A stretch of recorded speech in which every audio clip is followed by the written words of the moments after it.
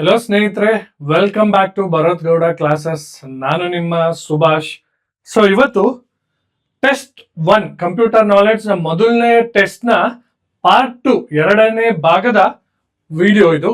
So question number 16 ಇಂದ question number 30 ವರೆಗೂ ನಾವು ಬಿಡಿಸ್ತಾ ಹೋಗೋಣ. ವಿಲ್ ಅನಲೈಸ್ ಈಚ್ ಕ್ವಶನ್, ಪ್ರತಿಯೊಂದು ಕ್ವಶನ್ ಪ್ರಾಪರ್ ಆಗಿ ಅನಲೈಸ್ ಮಾಡ್ಕೊಂತ 16 to 30 ಮಾಡೋಣ. ಸೊ ಯಾರ್ಯಾರೆಲ್ಲ ಟೆಸ್ಟ್ ಸೀರೀಸ್ ಅಗತ್ಯ ಇದೆಯೋ, ಈಗ ಬರೀ VAO ಅಷ್ಟೇ ಅಲ್ಲ, ನೆಕ್ಸ್ಟ್ ಬರ್ತಾ ಇರೋ FDA ಎಕ್ಸಾಮ್ಸ್ಗಳು, ST ಎಕ್ಸಾಮ್ಸ್ಗಳು, ನಾನಾ ಎಕ್ಸಾಮ್ಸ್ಗಳು ಕಾಲ್ ಫಾರ್ಮ್ ಆಗುತ್ತೆ. ಅದಕ್ಕೆಲ್ಲ ಜಸ್ಟ್ ಕನ್ನಡ ಪೇಪರ್ ಇಂದ communication paper, okay, Kannada paper ಇಂದ ತೆಗೆದು ಕಮ್ಯುನಿಕೇಶನ್ ಪೇಪರ್ ನಲ್ಲಿ ಇಡ್ತಾ ಇದ್ದಾನೆ. So very important, you have to prepare for English, Kannada ಮತ್ತೆ ಕಂಪ್ಯೂಟರ್ ನಾಲೆಡ್ಜ್. ಅದರ 3 ಓಕೆ ಟೆಸ್ಟ್ ಸೀರೀಸ್, 3 ಸಬ್ಜೆಕ್ಟ್ ನ ಟೆಸ್ಟ್ ಸೀರೀಸ್ ಕಮ್ಯುನಿಕೇಶನ್ ಪೇಪರ್ ನಿಮ್ಮೆಲ್ಲ ಎಕ್ಸಾಮ್ಸ್ಗೂ ಉಪಯೋಗ ಆಗುತ್ತೆ. You can download the app. ನೀವು ಆಪ್ ನ ಡೌನ್ಲೋಡ್ ಮಾಡ್ಕೊಂಡು ಅಲ್ಲಿ ನಿಮ್ಮನ್ನ ನೀವು ಪರೀಕ್ಷಿಸ್ಕೊಳ್ಬಹುದು. ಈಗ ಬರ್ತಾ ಇರೋ VAOಗೆ ನಾವು ಸ್ಪೆಸಿಫಿಕ್ ಆಗಿ ಟಾರ್ಗೆಟ್ ಮಾಡ್ಕೊಂಡು ಈ ಟೆಸ್ಟ್ ಸೀರೀಸ್ ನ ಡಿಸೈನ್ ಮಾಡಿದೀವಿ. ಸೊ ಇದಕ್ಕೆ ನೀವು ಪ್ರಿಪೇರ್ ಆದ್ರೆ ಇನ್ನೆಲ್ಲಾ ಬರ್ತಿರೋ ಎಕ್ಸಾಮ್ಸ್ ಗಳಿಗೂ ನೀವು ಸ್ಟಾರ್ಟ್ ಮಾಡಬಹುದು. So will start the question 16. So question 16 ನಾವು ಸ್ಟಾರ್ಟ್ ಮಾಡೋಣ. ಏನು ಮೊದಲನೇ 16ನೇ ಪ್ರಶ್ನೆ, which hardware terminology describes the capability of replacing computer devices while the system is actively running? Which hardware terminology describes the capability of replacing computer devices while system is actively running? Computer system active ಆಗಿ on ಆಗಿದ್ದಾಗ ನಾವು ಒಂದು device ನ replace ಮಾಡಬಹುದು. ಅದನ್ನ ನಾವು ಏನಂತ ಕರಿತೀವಿ? ಆ ಟರ್ಮಿನಾಲಜಿ ಏನು? First plug and play, next hot swapping, 3ನೇದು ಡಿವೈಸ್ ಡ್ರೈವರ್, 4ನೇದು ಫಾರ್ಮೆಟಿಂಗ್. ಅದರಲ್ಲಿ ಲೋ ಲೆವೆಲ್ ಫಾರ್ಮೆಟಿಂಗ್ ಅಂತ ಕೊಟ್ಟಿದ್ದಾನೆ. ಏನು ಆನ್ಸರು ಸ್ನೇಹಿತರೆ? ಇದೆ. ಏನಕ್ಕಿದೆ ಆನ್ಸರು? ಆಮೇಲೆ ಇಲ್ಲಿ ಏನ್ ಇಂಪಾರ್ಟೆಂಟ್ ಆಗುತ್ತೆ? Terminologies, terminologies behind concepts. Terminologies behind concepts ತುಂಬಾ ಇಂಪಾರ್ಟೆಂಟ್ ಆಗುತ್ತೆ. ಪ್ಲಗ್ ಅಂಡ್ ಪ್ಲೇ ಅಂದ್ರೇನು? ಓಕೆ, ಜಸ್ಟ್ ಕನೆಕ್ಟ್ ಮಾಡ್ಕೊಳ್ಳಿ and you can start using that device ಅಲ್ವಾ. ಈಗ ಎಕ್ಸ್ಟರ್ನಲ್ ಹಾರ್ಡ್ ಡಿಸ್ಕ್ ಬೇಕಾದ್ರೆ, ಪೆನ್ ಡ್ರೈವ್ ಅಲ್ವಾ, SSD ಅಥವಾ memory card, solid state drive, memory card ಅಥವಾ SD ಕಾರ್ಡ್ ಅಲ್ವಾ, ಸಾಲಿಡ್ ಡ್ರೈವ್ ಕಾರ್ಡ್, ಇವೆಲ್ಲ once you plug in direct ಆಗಿ ನೀವು ಅದನ್ನ ಕನೆಕ್ಟ್ ಮಾಡ್ಕೊಂಡು ಯೂಸ್ ಮಾಡಬಹುದು. ಅದನ್ನ ನಾವೇನಂತ ಕರಿತೀವಿ? ಆ ಕಾನ್ಸೆಪ್ಟ್ ನ ಪ್ಲಗ್ ಅಂಡ್ ಪ್ಲೇ ಅಂತೀವಿ. ಹಾಟ್ ಸ್ವಾಪಿಂಗ್, ಇಲ್ಲಿ ಆನ್ಸರ್ ಏನು? Hot swapping. ಹಾಟ್ ಸ್ವಾಪಿಂಗ್ ಅಂದ್ರೇನು? ಕಂಪ್ಯೂಟರ್ ರನ್ ಆಗ್ಬೇಕಾದ್ರೆ ನೀವು ಯಾವ್ದಾದ್ರು ಹಾರ್ಡ್ವೇರ್ ನ ಚೇಂಜ್ ಮಾಡಬಹುದು, ಯಾವ್ದಾದ್ರು ಹಾರ್ಡ್ವೇರ್ ನ ಚೇಂಜ್ ಮಾಡಿ ಪ್ಲಗ್ ಮಾಡಬಹುದು. ಕಂಪ್ಯೂಟರ್ ಸಡನ್ ಆಗಿ ನೀವು ಚೇಂಜ್ ಮಾಡಿರೋ ಹಾರ್ಡ್ವೇರ್ ನ ಗುರುತಿಸ್ಬಿಟ್ಟು ಅದನ್ನ ಇಂಟಿಗ್ರೇಟ್ ಮಾಡ್ಕೊಳ್ಳುತ್ತೆ ಓಡ್ಬೇಕಾದ್ರೆ, ಕಂಪ್ಯೂಟರ್ ಆನ್ ಆಗಿದ್ದಾಗ್ಲೇ. ಅದಕ್ಕೆ ನಾವೇನಂತ ಕರಿತೀವಿ? Hot swapping. ಒಂದು ಹಾರ್ಡ್ವೇರ್ ನ ಕಂಪ್ಯೂಟರ್ ಓಡ್ತಿದ್ದಾಗ್ಲೇ ನಾನು ಅದನ್ನ ಸ್ವಿಚ್ ಮಾಡಿದ್ರೆ ಅಥವಾ ಚೇಂಜ್ ಮಾಡಿದ್ರೆ ಅದನ್ನ ಏನಂತ ಕರಿತೀನಿ? Hot swapping. ಇದೆ ನೋಡಿ, capability of replacing the computer devices while the system is actively running. Computer run ಆಗ್ಬೇಕಾದ್ರೇನೆ ನಾನು ಆ ಡಿವೈಸ್ ನ ಅಥವಾ ಹಾರ್ಡ್ವೇರ್ ಡಿವೈಸ್ ನ ರೀಪ್ಲೇಸ್ ಮಾಡ್ಲಿಕ್ಕೆ ಸಾಧ್ಯವಾಗೋ ಪ್ರೊಸೆಸ್ ನ ಏನಂತ ಕರಿತೀನಿ? Hot swapping. Computer switch off ಮಾಡಿದ್ಮೇಲೆ ನಾನು ಏನಾದ್ರೂ ರೀಪ್ಲೇಸ್ ಮಾಡಬಹುದು, ಅವಾಗ ಮಾತ್ರ ಕನೆಕ್ಟ್ ಆಗುತ್ತೆ ಅನ್ನೋದಕ್ಕೆ ನಾನು ಏನಂತೀನಿ? Cold swapping. ಏನಂತ ಕರಿತೀನಿ? Cold swapping. ಓಕೆ, ಟರ್ಮಿನಾಲಜೀಸ್ಗಳು ಬಹಳ ಇಂಪಾರ್ಟೆಂಟ್. KEA KPSC ಎಕ್ಸಾಮಿನೇಷನ್ ಅಲ್ಲಿ ಖಂಡಿತ ಕೇಳ್ತಾನೆ. ಹಾರ್ಡ್ವೇರ್ ಮೇಲೆ ಖಂಡಿತ ಕೇಳ್ತಾನೆ, ಸಾಫ್ಟ್ವೇರ್ ಮೇಲೆ ನೆಕ್ಸ್ಟ್ ಮಾಡ್ಯೂಲ್ ಅಲ್ಲಿ ನಾನು ಟೆಸ್ಟ್ ಮಾಡ್ತೀನಿ, ಟೆಸ್ಟ್ 2 ನಲ್ಲಿ ಇರುತ್ತೆ. ಅಲ್ಲೂ ಟರ್ಮಿನಾಲಜೀಸ್ ಬಹಳ ಇಂಪಾರ್ಟೆಂಟ್. ಅದರಿಂದ ಇರೋ ಕಾನ್ಸೆಪ್ಟ್ಸ್ ಅದ್ ಏನ್ ಕೆಲಸ ಮಾಡುತ್ತೆ ಅನ್ನೋದು ಬಹಳ ಇಂಪಾರ್ಟೆಂಟ್. ನೆಕ್ಸ್ಟ್ 3ನೇದು ಡಿವೈಸ್ ಡ್ರೈವರ್ಸ್. 3ನೇದೇನು? Device drivers. ಡಿವೈಸ್ ಡ್ರೈವರ್ಗಳು ಅಂದ್ರೇನು? Device drivers are a type of software application. They are type of software application. Okay, ತುಂಬಾ ವಿಧದ ಸಾಫ್ಟ್ವೇರ್ ಅಪ್ಲಿಕೇಶನ್ಸ್ ಇದೆ ಅಲ್ವಾ. ಸಿಸ್ಟಮ್ ಸಾಫ್ಟ್ವೇರ್ಗಳು ಅಂತ ಇದೆ, ಅಪ್ಲಿಕೇಶನ್ ಸಾಫ್ಟ್ವೇರ್ಗಳು ಇದೆ. ಸಿಸ್ಟಮ್ ಸಾಫ್ಟ್ವೇರ್ ಅಲ್ಲಿ ನಿಮಗೆ device drivers is a one type of system software which helps you to connect hardware devices,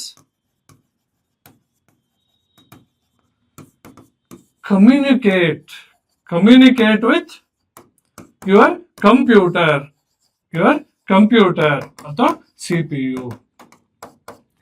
ಪ್ರತಿಯೊಂದು ಹಾರ್ಡ್ವೇರ್ ಡಿವೈಸ್ಗೆ ಅದರದೇ ಆದ ಭಾಷೆ ಇರುತ್ತೆ, ಅದರದೇ ಆದ ಅರ್ಥ ಮಾಡ್ಕೊಳ್ಳೋ ಒಂದು ವ್ಯವಸ್ಥೆ ಇರುತ್ತೆ ಅಲ್ವಾ. ಹಾರ್ಡ್ ಡಿಸ್ಕಿಗೆ ಒಂದು, ಕೀಬೋರ್ಡಿಗೆ ಒಂದು, ಮೌಸ್ಗೆ ಒಂದು.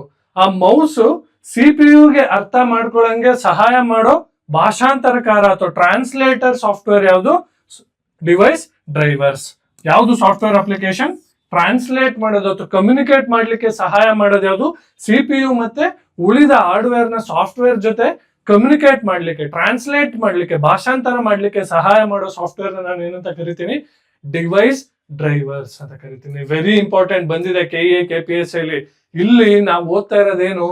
ಜಸ್ಟ್ ಆನ್ಸರ್ ಮಾಡ್ಲಿಕ್ಕಲ್ಲ, ಆಪ್ಷನ್ಸ್ ಮೂಲಕನು ಕಂಪ್ಲೀಟ್ ಕಾನ್ಸೆಪ್ಟ್ಸ್ ಗಳನ್ನ ರಿವೈಸ್ ಮಾಡ್ತಾ ಇದ್ದೀವಿ. ಕಂಪ್ಲೀಟ್ ಕಂಪ್ಯೂಟರ್ ನಾಲೆಡ್ಜ್ ಸಬ್ಜೆಕ್ಟ್ ನ ರಿವೈಸ್ ಮಾಡ್ತಾ ಇದ್ದೀನಿ. ಲೋ ಲೆವೆಲ್ ಫಾರ್ಮ್ಯಾಟಿಂಗ್ ಅಂದ್ರೇನು ಎಕ್ಸ್ಪ್ಲೈನ್ ಮಾಡ್ತೀನಿ. ಯಾಕೆ ಮುಂದಿನ ಕ್ವಶನ್ ಅಲ್ಲಿ ಫಾರ್ಮ್ಯಾಟಿಂಗ್ ಮೇಲೆ ಪ್ರಶ್ನೆ ಕೇಳಿದೀನಿ, ಅಲ್ಲ ಆನ್ಸರ್ ಮಾಡ್ತೀನಿ ಅಲ್ವಾ.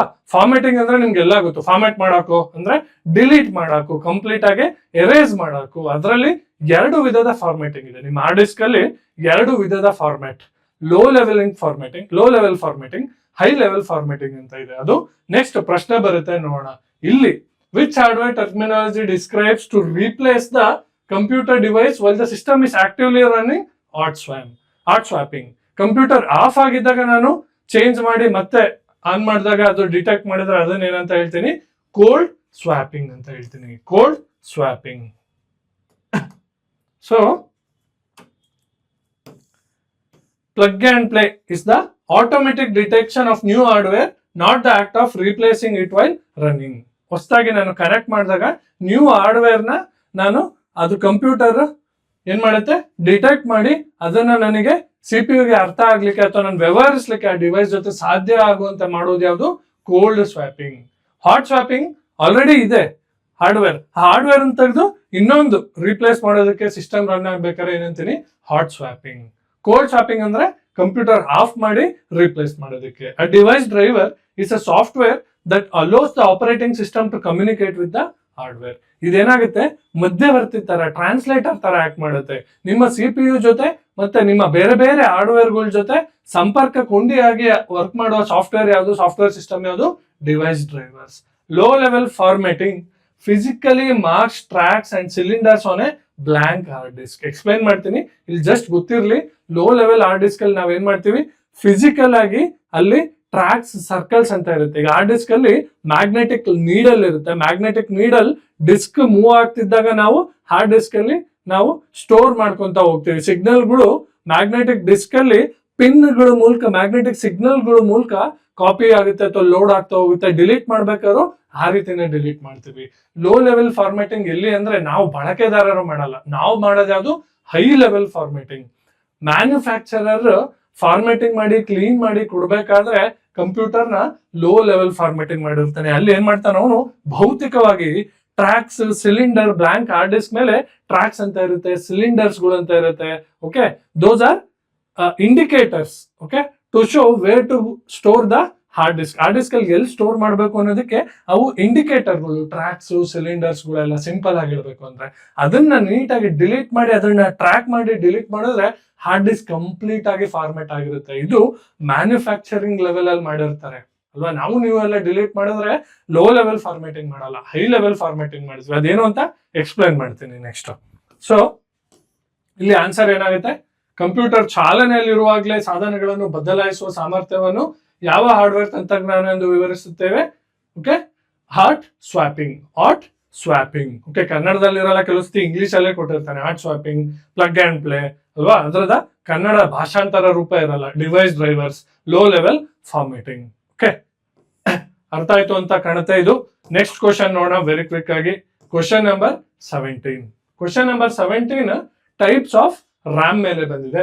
Consider the following statement comparing static RAM and dynamic RAM. Okay, RAM ಅಲ್ಲಿ ಬೇಸಿಕ್ ಆಗಿ 2 ವಿಧ. ಯಾವ ರೀತಿ ಮೆಮೊರಿ ಅಲ್ವಾ, ಮೆಮೊರಿ ಸ್ಟೋರ್ ಆಗುತ್ತೆ ಕಂಪ್ಯೂಟರ್ ಅಲ್ಲಿ. ಕಂಪ್ಯೂಟರ್ ಸ್ವಿಚ್ ಆಫ್ ಮಾಡಿದ್ರೆ ಅಳಿಸೋಗುತ್ತೋ ಇಲ್ವೋ ಅನ್ನೋದ್ರ ಮೇಲೆ 2 ರೀತಿ. ಒಂದು ಸ್ಟಾಟಿಕ್ RAM ಮತ್ತೆ ಒಂದು ಡೈನಾಮಿಕ್ RAM. ಆಮೇಲೆ ಇವೆರಡು RAM ಗಳನ್ನ ಎಲ್ಲಿ ಯೂಸ್ ಮಾಡ್ತೀವಿ ಅನ್ನೋದ್ರ ಮೇಲೆ ಈ ಪ್ರಶ್ನೆ ಬಂದಿದೆ ಅಲ್ವಾ. Dynamic RAM requires constant refreshing to maintain data. Dynamic RAM requires constant refreshing to maintain data. Static RAM uses capacitors and is slower than dynamic RAM. Okay. ಮೂರನೇ statement, static RAM does not need refreshing and is typically used as cache memory. ನೋಡಿ, ಇವೆರಡು statement contradictory. ನನಗೇನು ಗೊತ್ತಿಲ್ಲ sir ಅಂದ್ರೂ you can check here both the statement. SRAM uses capacitors and is slower than dynamic RAM. SRAM does not need refreshing and is typically used as cache memory. ನಿಮಗೆ ಗೊತ್ತು, registers ಆದ್ಮೇಲೆ cache memory is the speedest type of memory ಅಲ್ವಾ. Register CPU ಒಳಗಡೆನೆ ಇರುತ್ತೆ, cache memory CPU ಮೇಲೆ ಇರುತ್ತೆ. ಅಲ್ಲಿ ಮತ್ತೆ ಟೈಪ್ಸ್ ಆಫ್ ಇರುತ್ತೆ, L1, L2, L3, okay, various cache memory types ಇರುತ್ತೆ. ಕ್ಯಾಶೆ ಮೆಮೊರಿ ಅತಿ ಸ್ಪೀಡೆಸ್ಟ್. ಓಕೆ, ನಿಮ್ಮ ಪ್ರೈಮರಿ ಮೆಮೊರಿಗೆ, ಓಕೆ, ನಿಮ್ಮ ಪ್ರೈಮರಿ ರಾಮ್ಗೆ, ರ್ಯಾಮಿಗೆ ಕನೆಕ್ಟ್ ಮತ್ತೆ CPU-ಗೆ ಇನ್ ಬಿಟ್ವೀನ್ ಇರುವ ಮೆಮೊರಿ ಯಾವುದು? Cache memory. ಅಲ್ಲಿ ಕ್ಯಾಶೆ ಮೆಮೊರಿಲಿ ನಾವು ಸ್ಟಾಟಿಕ್ ರ್ಯಾಮ್ ನ ಯೂಸ್ ಮಾಡ್ತೀವಿ. ಇದು ಡೈರೆಕ್ಟ್ ಆಗಿ ಕಾಂಟ್ರಾಡಿಕ್ಟ್ ಮಾಡುತ್ತೆ. ಈ ಸ್ಟೇಟ್ಮೆಂಟ್ ನೀವು ಓದಿದ್ರೆ ಕಂಪ್ಯೂಟರ್ ನಾಲೆಡ್ಜ್ ಕ್ಲಾಸಸ್ ನ ಈಸಿಯಾಗಿ ಇದು ರೈಟ್ ಅಂತ ಗೊತ್ತಿರುತ್ತೆ. ಹೌದು, static RAM does not need refreshing, ಮತ್ತೆ ರಿಫ್ರೆಶಿಂಗ್ ಬೇಡ, and it is typically used as cache memory. ಈ ಸ್ಟೇಟ್ಮೆಂಟ್ ಕರೆಕ್ಟ್. ಸ್ಟೇಟ್ಮೆಂಟ್ 2 ಅವಾಗ ಏನಾಗುತ್ತೆ? ಸ್ಲೋವರ್. ತಪ್ಪಾಗುತ್ತೆ. Static RAM is faster than dynamic RAM and dynamic RAM uses capacitor. Capacitors ಒಂದು problem ಏನು ಅಂದ್ರೆ, current ಇದ್ದಾಗ ಅಥವಾ ಪವರ್ ಇದ್ದಾಗ ಚಾರ್ಜ್ ಇರುತ್ತೆ. ನೀವು ಒಂದ್ಸತಿ ನಿಮ್ಮ ಕಂಪ್ಯೂಟರ್ ಲ್ಯಾಪ್ಟಾಪ್ ಸ್ವಿಚ್ ಆಫ್ ಮಾಡಿದ್ರೆ ಅಥವಾ ಪವರ್ ಸ್ವಿಚ್ ಆಫ್ ಆಯ್ತು ಅಂದ್ರೆ ಕೆಪಾಸಿಟರ್ ಏನ್ ಮಾಡುತ್ತೆ? ಲೀಕ್ ಮಾಡುತ್ತೆ, ಚಾರ್ಜಸ್ ನ ಲೀಕ್ ಮಾಡುತ್ತೆ. ಹಂಗಾಗಿ ನಿಮಗೆ ಡೈನಾಮಿಕ್ ರ್ಯಾಮ್ ಅಲ್ಲಿ ಏನಾದ್ರೂ ಸೇವ್ ಆಗಿದ್ರೆ ಆ ಕಂಟೆಂಟ್ ಕಂಪ್ಯೂಟರ್ ಆಫ್ ಆದ ತಕ್ಷಣ ನಿಮಗೆ ಉಳಿಯೋದೇ ಇಲ್ಲ ಅಲ್ವಾ. ನೀವು ಯಾವ್ದಾದ್ರು ಫೈಲ್ ಓಪನ್ ಮಾಡಿದ್ರಿ, ವರ್ಡ್ ಡಾಕ್ಯುಮೆಂಟ್ ಓಪನ್ ಮಾಡಿ ಸೇವ್ ಮಾಡಿರ್ಲಿಲ್ಲ, ಸೇವ್ ಮಾಡಿದ್ರೆ ಮಾತ್ರ ಅದು ನಿಮ್ಮ ಪ್ರೈಮರಿ, ಓಕೆ, ಸ್ಟಾಟಿಕ್ ರ್ಯಾಮ್ ಆದ್ಮೇಲೆ ರಾಮಿಗೆ ಹೋಗುತ್ತೆ, ರೀಡ್ ಓನ್ಲಿ ಮೆಮೊರಿ, ಅಥವಾ ನಿಮ್ಮ ಹಾರ್ಡ್ ಡಿಸ್ಕ್ ಅಲ್ಲಿ ಸೇವ್ ಆಗಿರುತ್ತೆ ಅಥವಾ C ಡ್ರೈವ್ ಅಲ್ಲಿ ಸೇವ್ ಆಗಿರುತ್ತೆ. ಸೇವ್ ಮಾಡ್ಲಿಲ್ಲ ಅಂದ್ರೆ ಅದು ಎಲ್ಲಿರುತ್ತೆ? Dynamic RAM. ನಿಮ್ಮ ವಿಂಡೋಸ್ ನ ಟ್ಯಾಬ್ ಗಳು ಓಪನ್ ಆಗಿರುತ್ತೆ, ಅದು ಡೈನಾಮಿಕ್ ರ್ಯಾಮ್ ಅಲ್ಲಿ ಸೇವ್ ಆಗಿರುತ್ತೆ. It is made up of capacitors. Dynamic RAM mainly made up of capacitors. Static RAM ಯಾವ್ದ್ರಿಂದ ಆಗಿರುತ್ತೆ ಸರ್? ಟ್ರಾನ್ಸಿಸ್ಟರ್ಗಳಿಂದ ಆಗಿರುತ್ತೆ. ಟ್ರಾನ್ಸಿಸ್ಟರ್ಸ್, ಓಕೆ, ಬೈಸ್ಟೇಬಲ್ ಟ್ರಾನ್ಸಿಸ್ಟರ್ಸ್ ಅಂತ ಕರಿತೀವಿ. ಬೇಸಿಕ್ ಆಗಿ ಗೊತ್ತಿರಲಿ, ಟ್ರಾನ್ಸಿಸ್ಟರ್ಗಳಿಂದ ಆಗಿರುತ್ತೆ ಸ್ಟಾಟಿಕ್ ರ್ಯಾಮು. ಇದನ್ನ ನಾವು ಕ್ಯಾಶ್ ಅಲ್ಲಿ ಯೂಸ್ ಮಾಡ್ಕೊಂತೀವಿ, ಕ್ಯಾಶೆ ಮೆಮೊರಿ. ಇಲ್ಲಿ ಕಂಟಿನ್ಯೂಸ್ ರಿಫ್ರೆಶಿಂಗ್ ಬೇಡ, ರಿಫ್ರೆಶ್ ಮಾಡೋದು ಬೇಕಾಗಿಲ್ಲ ಸ್ಟಾಟಿಕ್ ರ್ಯಾಮಿಗೆ. ಆದ್ರೆ ಡೈನಾಮಿಕ್ ರ್ಯಾಮಿಗೆ ಕಂಟಿನ್ಯೂಸ್ ಆಗಿ ಆ ಮೆಮೊರಿನ ನಾವು ರಿಫ್ರೆಶ್ ಮಾಡ್ತಿರ್ಬೇಕು. ಆಮೇಲೆ it is made up of capacitors. ಇದು ಕೆಪಾಸಿಟರ್ ಅನ್ನ ಬಳಸ್ಕೊಂಡಿದೆ. ಕೆಪಾಸಿಟರ್ದು ಒಂದು ಸಮಸ್ಯೆ ಏನಂದ್ರೆ ಚಾರ್ಜಸ್ ನ ಲೀಕ್ ಮಾಡಕ್ ಶುರು ಮಾಡ್ಬಿಡುತ್ತೆ ನೀವು ಪವರ್ ಆಫ್ ಮಾಡಿದ ತಕ್ಷಣ. ಹಂಗಾಗಿ ಏನು ಮೆಮೊರಿ ಡೈನಾಮಿಕ್ ರ್ಯಾಮ್ ಅಲ್ಲಿ ಸೇವ್ ಆಗಿರುತ್ತೋ ಅದು ಸ್ಟೋರ್ ಮಾಡ್ಕೊಳ್ಳಲ್ಲ. ಆಮೇಲೆ ಡೈನಾಮಿಕ್ ಮೆಮೊರಿ ಕೆಪಾಸಿಟರ್ ಯೂಸ್ ಮಾಡ್ಕೊಳ್ಳೋದ್ರಿಂದ ಸಿಗ್ನಲ್ ಕಳಿಸೋ ಲೇಟೆನ್ಸಿ ಟೈಮ್ ಏನಿದೆ ತುಂಬಾ ಜಾಸ್ತಿ. ಹಂಗಾಗಿ ಡೈನಾಮಿಕ್ ರ್ಯಾಮು ಸ್ಟಾಟಿಕ್ ರ್ಯಾಮ್ ಗಿಂತ ನಿಧಾನ. ಹಂಗಾಗಿ ಸ್ಟಾಟಿಕ್ ರ್ಯಾಮ್ ನ ನಾವು ಕ್ಯಾಶೆ ಮೆಮೊರಿಲಿ ಯೂಸ್ ಮಾಡ್ತೀವಿ. ಅದಾದ್ಮೇಲೆ ಡೈನಾಮಿಕ್ ಮೆಮೊರಿ ಅಥವಾ ಡೈನಾಮಿಕ್ ರ್ಯಾಮ್ ಬರುತ್ತೆ ಸ್ಪೀಡ್ ಅಲ್ಲಿ. ಫಸ್ಟ್ ರಿಜಿಸ್ಟರ್ಸ್, ಆಮೇಲೆ ಕ್ಯಾಶೆ ಅಥವಾ ಸ್ಟಾಟಿಕ್ ರ್ಯಾಮ್, ಅದಾದ್ಮೇಲೆ ಡೈನಾಮಿಕ್ ರ್ಯಾಮ್. ಸೊ ಇಲ್ಲಿ ಸ್ಟೇಟ್ಮೆಂಟ್ 2 ತಪ್ಪು, 1 ಮತ್ತೆ 3 ಸರಿ. ಓಕೆ, 1 ಮತ್ತೆ 3 ಸರಿ ಇಂಪಾರ್ಟೆಂಟ್ ಅಲ್ಲ sir, concepts important. Static RAM the concept important. Dynamic RAM ಅಂದ್ರೆ ಏನು, ಅದು ಯಾವ್ದ್ರಿಂದ ಒಳಗೊಂಡಿದೆ, ಅದರ ಕ್ಯಾರೆಕ್ಟರಿಸ್ಟಿಕ್ಸ್ ಏನು, ಅದರ ಫಂಕ್ಷನ್ ಏನು ಅನ್ನೋದು ಬಹಳ ಇಂಪಾರ್ಟೆಂಟ್ ಆಗುತ್ತೆ ಇಲ್ಲಿ. ಸೊ ಒಂದು ಸತಿ ಕನ್ನಡದಲ್ಲೂ ಕ್ವಿಕ್ ಆಗಿ ನೋಡ್ಬಿಡೋಣ. ಸ್ಟಾಟಿಕ್ ರ್ಯಾಮ್ ಮತ್ತು ಡೈನಾಮಿಕ್ ರ್ಯಾಮ್ಗಳನ್ನು ಹೋಲಿಸುವ ಈ ಕೆಳಗಿನ ಹೇಳಿಕೆಗಳನ್ನು ಪರಿಗಣಿಸಿ. ಡೇಟಾವನ್ನು ಉಳಿಸಿಕೊಳ್ಳಲು ಡೈನಾಮಿಕ್ ರ್ಯಾಮ್ಗೆ ನಿರಂತರ ರಿಫ್ರೆಶ್ ಅಗತ್ಯ ಇದೆ. ಕರೆಕ್ಟ್ ಇದು ಡೈನಾಮಿಕ್ ರ್ಯಾಮ್ಗೆ. ಸ್ಟಾಟಿಕ್ ರ್ಯಾಮ್ ಕೆಪಾಸಿಟರ್ ಗಳನ್ನು ಬಳಸುತ್ತದೆ ಮತ್ತು ಡೈನಾಮಿಕ್ ರ್ಯಾಮ್ ಗಿಂತ ನಿಧಾನವಾಗಿದೆ. ಇದು ತಪ್ಪು. ಯಾಕೆ? ಸ್ಟಾಟಿಕ್ ರ್ಯಾಮ್ ನ ನಾವು ರಿಜಿಸ್ಟರ್ಸ್ ಆದ್ಮೇಲೆ ಅತಿ ಸ್ಪೀಡ್ ಆಗಿ, ಅತಿ ವೇಗವಾಗಿ ಕೆಲಸ ಮಾಡುವ ಕ್ಯಾಶೆ ಮೆಮೊರಿ ಬಳಸ್ಕೊಂತೀವಿ. ಯಾಕೆಂದ್ರೆ ಸ್ಟಾಟಿಕ್ ರ್ಯಾಮ್ ರಿಫ್ರೆಶ್ ನ ಅಗತ್ಯ ಇಲ್ಲ, ಮತ್ತೆ ಇದನ್ನ ಸಾಮಾನ್ಯವಾಗಿ ಕ್ಯಾಶೆ ಮೆಮೊರಿ ಆಗಿ ಬಳಸ್ಕೊಳ್ಳಲಾಗುತ್ತದೆ. ಏನಕ್ಕೆಂದ್ರೆ ರಿಫ್ರೆಶ್ ಮಾಡೋದ್ ಬೇಡ. ಇದು ಸ್ಟ್ಯಾಂಡರ್ಡ್ ಟ್ರಾನ್ಸಿಸ್ಟರ್ ಗಳಿಂದ ಆಗಿದೆ, ಸ್ಟೇಬಲ್ ಇದು. ಇಲ್ಲಿ ಡೈನಾಮಿಕ್ ರ್ಯಾಮ್ ಕೆಪಾಸಿಟರ್ ಗಳಿಂದ ಆಗಿರೋದು. ಕೆಪಾಸಿಟರ್ ಸಮಸ್ಯೆ ಏನಂದ್ರೆ ಲೀಕ್ ಆಗುತ್ತೆ ಚಾರ್ಜಸ್. ಸೊ ಇಲ್ಲಿ 1 ಮತ್ತೆ 3. ಡೈನಾಮಿಕ್ ರ್ಯಾಮ್ ನಿರಂತರ ರಿಫ್ರೆಶ್ ಬೇಕು, ಸ್ಟಾಟಿಕ್ ರ್ಯಾಮ್ ಗೆ ರಿಫ್ರೆಶ್ ಆಗತ್ತೆ ಇಲ್ಲ, ಮತ್ತು ಇದು ವೇಗವಾಗಿರೋದ್ರಿಂದ ಕ್ಯಾಶೆ ಮೆಮೊರಿ ಆಗಿ ಬಳಕೆ ಆಗುತ್ತದೆ. ಹೇಳಿಕೆ 2 ತಪ್ಪಾಗಿದೆ, ಯಾಕೆಂದ್ರೆ ಎಸ್ ರ್ಯಾಮ್ ಡೈನಾಮಿಕ್ ರ್ಯಾಮ್ ಗಿಂತ ವೇಗ ಆಗಿದೆ, ಮತ್ತೆ ಡೈನಾಮಿಕ್ ರ್ಯಾಮ್ ಕೆಪಾಸಿಟರ್ ನ ಯೂಸ್ ಮಾಡ್ಕೊಳ್ಳಲಾಗಿದೆ ಅಲ್ವಾ. Next question 18. ಓಕೆ, ಇದು ಹಾರ್ಡ್ವೇರ್ ನ ಎಲ್ಲಾ ಪ್ರಶ್ನೆಗಳು ನನ್ನ ಕ್ಲಾಸ್ 2 ಮಾಡ್ಯೂಲ್ 1 ನಲ್ಲಿ, ಮಾಡ್ಯೂಲ್ ಏನ ಕ್ಲಾಸ್ 2 ನಲ್ಲಿ ಇವೆಲ್ಲ ಇದೆ. ಸೊ ಯಾರ್ಯಾರೆಲ್ಲ ಕ್ಲಾಸಸ್ ಬೇಕು, you can join the classes. Bharat Gowda app ನಲ್ಲೇ ಇದೆ. ಭರತ್ ಗೌಡ ಅವರ ಅಪ್ಲಿಕೇಶನ್ ಅಲ್ಲಿ ಕಂಪ್ಯೂಟರ್ ನ ಎಲ್ಲಾ ಕ್ಲಾಸಸ್ ಈಗ ಅಪ್ಲೋಡ್ ಆಗುತ್ತೆ. So you can take the courses at very fair price. ಯಾರ್ಯಾರೆಲ್ಲ ಸೀರಿಯಸ್ ಇದಾರೋ ಅವ್ರು ಮಾತ್ರ ತಗೊಳ್ಳಿ. ಯಾರ್ಯಾರೆಲ್ಲ ಸರ್ 80+ ನಾನು ಸ್ಕೋರ್ ಮಾಡ್ಬೇಕು ಅಂತಿದಾರಲ್ಲ ಅವ್ರು ಮಾತ್ರ ತಗೊಂಡು you have to prepare. Okay, ಯಾಕೆಂದ್ರೆ ನೀವು ಕೈ ಜೋಡಿಸ್ಬೇಕು, ನೀವು ಓದ್ಬೇಕು. ಸುಮ್ನೆ ಕೋರ್ಸ್ ತಗೊಂಡು ಸರ್ ನಾನು ಕೋರ್ಸ್ ತಗೊಂಡೆ ಆದ್ರೆ ಬರ್ಲಿಲ್ಲ ಅಂದ್ರೆ ಆಗಲ್ಲ. You also have to put equal efforts. ನಾವೆಷ್ಟು ಹಾಕ್ತಾ ಇದೀವೋ ಅಷ್ಟೇ ಎಫರ್ಟ್ಸ್ ನೀವು ಕೂಡ ಹಾಕ್ಲೇಬೇಕು. Next, which type of read only memory is erased and reprogrammed entirely through electrical signals without the use of ultraviolet rays. ಅಲ್ವಾ. ರೀಡ್ ಓನ್ಲಿ ಮೆಮೊರಿ ನಾರ್ಮಲ್ ಆಗಿ ಅದು ಓಕೆ ನೀವು ಮತ್ತೆ ಪ್ರೋಗ್ರಾಮ್ ಮಾಡಕ್ಕಾಗಲ್ಲ. ಅದಾದ್ಮೇಲೆ ಏನಾಯ್ತು, ನಾನು ಪ್ರೋಗ್ರಾಮ್ ಮಾಡಬೇಕು, ಅದನ್ನ ರೀಪ್ರೋಗ್ರಾಮ್ ಮಾಡಬೇಕು, ಅಳಿಸ್ಬಿಟ್ಟು ಮತ್ತೆ ಬರಿಬೇಕು ಅಂದ್ರೆ ಹಲವಾರು ವಿಧದ ರಾಮ್ಗಳು ಬಂತು. ಸೊ ರಾಮ್ ಅಂತ ಇದೆ, ಮಾಸ್ಕ್ಡ್ ರೀಡ್ ಓನ್ಲಿ ಮೆಮೊರಿ. ಇದು ಮ್ಯಾನುಫ್ಯಾಕ್ಚರರೇ ಏನ್ ಮಾಡಿರ್ತಾನೆ, ಅದಕ್ಕೆ ಪ್ರೋಗ್ರಾಮ್ ಮಾಡಿ ಕೊಟ್ಬಿಟ್ಟಿರ್ತಾನೆ, ಅದನ್ನ ಮತ್ತೆ ನೀವು ರೀಪ್ರೋಗ್ರಾಮ್ ಮಾಡಕ್ಕಾಗಲ್ಲ. ಅದಾದ್ಮೇಲೆ ಪ್ರಾಮ್ ಇದೆ, ಪ್ರೋಗ್ರಾಮಬಲ್ ರೀಡ್ ಓನ್ಲಿ ಮೆಮೊರಿ. ಈ ಪ್ರಾಮ್ ಇದೆ, erasable programmable read only memory. ಇದಕ್ಕೆ ನಾನು UV ಲೈಟ್ ನ ಉಪಯೋಗಿಸ್ಕೊಂತೀನಿ.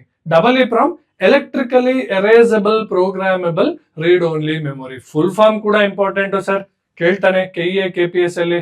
Okay sir and madam, very important.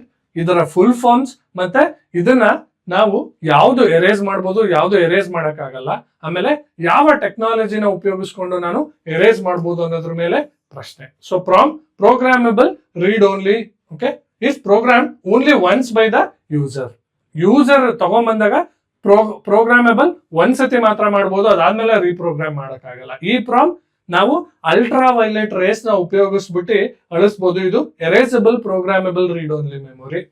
ಇಲ್ಲಿ ಏನ್ ಕೇಳಿದಾನೆ, without using ultraviolet rays ನಾನು ಎಲೆಕ್ಟ್ರಿಕಲ್ ಸಿಗ್ನಲ್ ಯೂಸ್ ಮಾಡ್ಕೊಂಡ್ಬಿಟ್ಟು ರಾಮ್ ನ ಎರೇಸ್ ಮಾಡುವಂತ ಟೆಕ್ನಾಲಜಿ ಯಾವುದು, double E PROM, electrically erasable programmable read only memory ಅಲ್ವಾ. ಡೈರೆಕ್ಟ್ ಆನ್ಸರ್ ಇದು, ವೆರಿ ಈಸಿ ಇರಬೇಕು. ಯಾವ ರೀತಿಯ ರ್ಯಾಮ್ ಅನ್ನು ಅತಿ ನೇರಳೆ ಕಿರಣಗಳನ್ನು ಬಳಕೆ ಇಲ್ಲದೆ ಸಂಪೂರ್ಣವಾಗಿ UV ರೇಸ್ ನ ನಾನು ಯೂಸ್ ಮಾಡ್ಕೊಂಡಲ್ಲ, ವಿದ್ಯುತ್ ಸಂಕೇತಗಳನ್ನ ಮೂಲಕ ಯೂಸ್ ಮಾಡ್ಕೊಂಡು ಯಾವುದು, double E PROM, electrically erasable programmable read only memory. ಅದರ ಫುಲ್ ಫಾರ್ಮ್ ಎಲೆಕ್ಟ್ರಿಕಲಿ ಎರೇಸಬಲ್ ಗೊತ್ತಿದ್ರೆ ಆನ್ಸರ್ ಮಾಡಬಹುದು.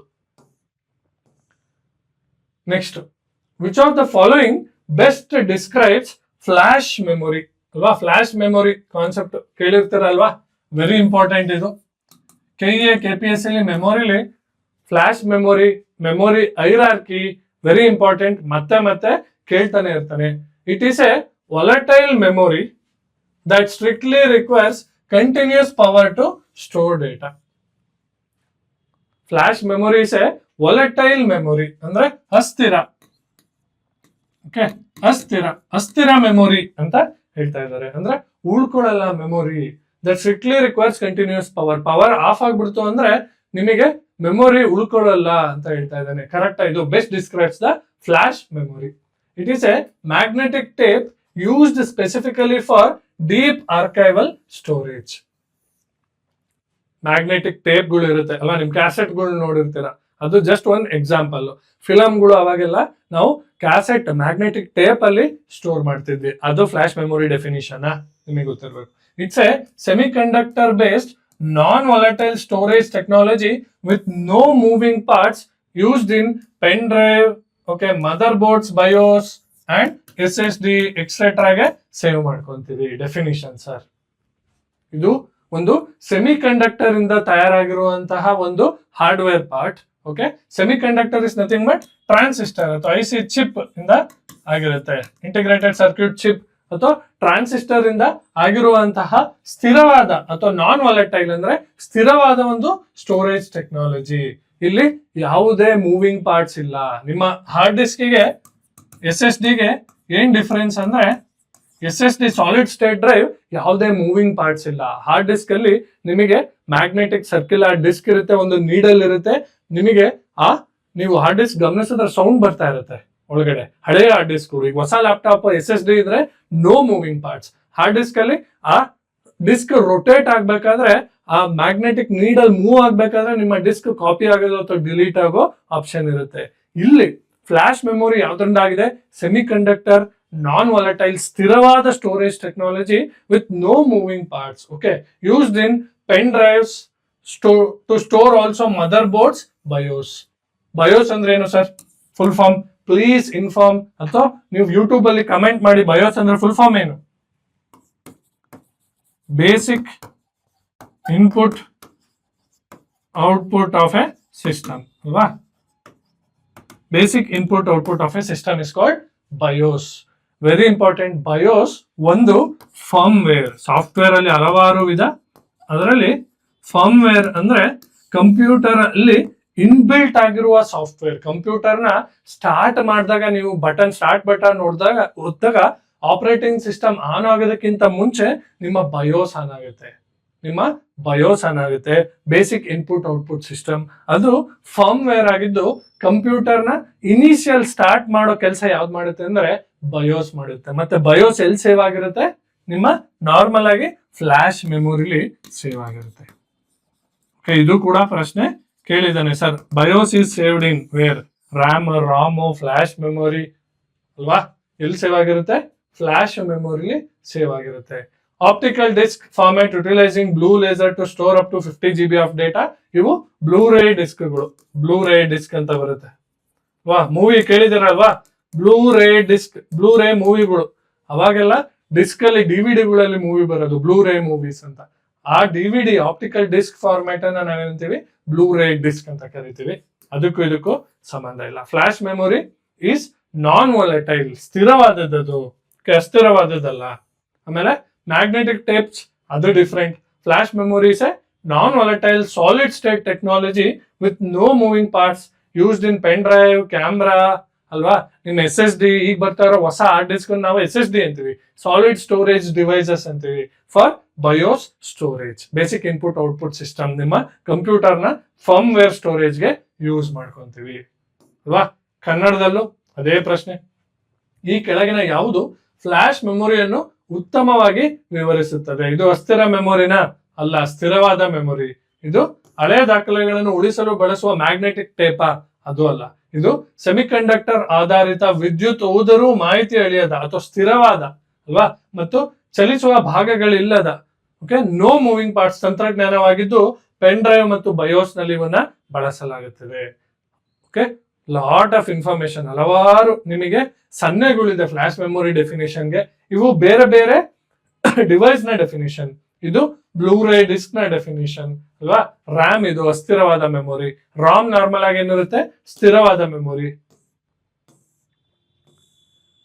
ಸೊ ಈ ಪ್ರಶ್ನೆ ಡೇಟಾ ಫ್ರಾಗ್ಮೆಂಟೇಶನ್ ಬಗ್ಗೆ ನೀವು ಒಂದು ಆಪ್ಷನ್ ನೋಡಿದ್ರಿ ಲಾಸ್ಟ್ ಟೈಮ್. ಸೊ ಈ ಪ್ರಶ್ನೆಗೆ ಆನ್ಸರ್ ಆಪ್ಷನ್ ಡಿ. ಇದು ನಿಮಗೆ ಫಾರ್ಮ್ಯಾಟಿಂಗ್ ನ ಎಕ್ಸ್ಪ್ಲೈನ್ ಮಾಡುತ್ತೆ. So it is A hard disk if a hard disk manufacturer prepares a blank hard disk by physically marking its surface with tracks, cylinders and sectors, which process is performing or which process is being performed? ಅಲ್ವಾ? ಇಲ್ಲಿ hard disk manufacture level ಅಲ್ಲಿ hard disk ನ ಅವನು ready ಮಾಡಿದ್ರೆ physically marking it's ಭೌತಿಕವಾಗಿ ಅದರ surface ನ tax, cylinders, sectors ಅಂತ ಇರುತ್ತೆ. ಅದನ್ನ ಮಾರ್ಕ್ ಮಾಡಿ ಅವನು ಫಾರ್ಮೆಟ್ ಅಥವಾ ಡಿಲೀಟ್ ಮಾಡಿದ್ರೆ ಅದನ್ನ ಏನಂತ ಕರಿತೀನಿ ನಾನು? Low level formatting. Hot swapping ಏನು ಅಂತ ಸ್ಟಡಿ ಮಾಡಿದ್ವಿ. ಡಿವೈಸ್ ಡ್ರೈವರ್ಸ್ ಅಂದ್ರೆ ಏನು ಅಂತ ಸ್ಟಡಿ ಮಾಡಿದ್ವಿ ಅಲ್ವಾ? ಹಾರ್ಡ್ವೇರ್ ಇನ್ಸ್ಟಾಲೇಷನ್ ಅಲ್ಲ ಇದು. ಹಾರ್ಡ್ವೇರ್ ನ ಸಾಫ್ಟ್ವೇರ್ ಇದು CPU ಜೊತೆನೂ ಮಾತಾಡುತ್ತೆ, ಹಾರ್ಡ್ವೇರ್ ಜೊತೆನೂ ಮಾತಾಡೋ ಒಂದು ಸಂಬಂಧದ ಕೊಂಡಿ ಅಲ್ವಾ. ಟ್ರಾನ್ಸ್ಲೇಟರ್ ಆಗಿ ಕೆಲಸ ಮಾಡೋದು ಯಾವುದು, ಡಿವೈಸ್ ಡ್ರೈವರ್ಸ್. ಡೇಟಾ ಫ್ರಾಗ್ಮೆಂಟೇಶನ್ ನಿಮಗೆ ಡೇಟಾ ಬೇಸ್ ಅಲ್ಲಿ ಅಥವಾ ಸಾಫ್ಟ್ವೇರ್ ಅಲ್ಲಿ ನಾವು ಸ್ಟಡಿ ಮಾಡ್ತೀವಿ.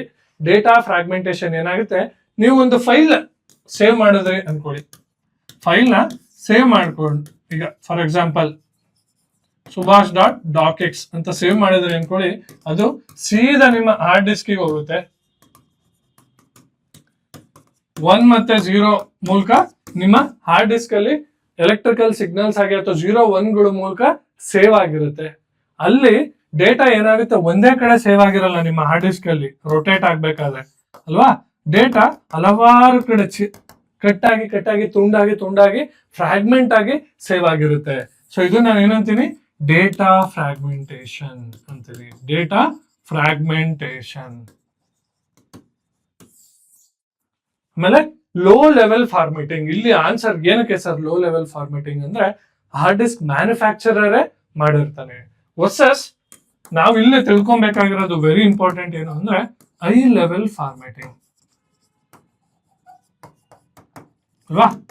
ಈಗ ವಿಂಡೋಸ್ ಫೈಲ್ ಸಿಸ್ಟಮ್ಸ್ ಇರುತ್ತೆ ಅಲ್ವಾ ನಮ್ಮ ಕಂಪ್ಯೂಟರ್ ಅಲ್ಲಿ. ಇದರ ಫುಲ್ ಫಾರ್ಮ್ ವೆರಿ ಇಂಪಾರ್ಟೆಂಟ್ ತಿಳ್ಕೊಳ್ಳಿ.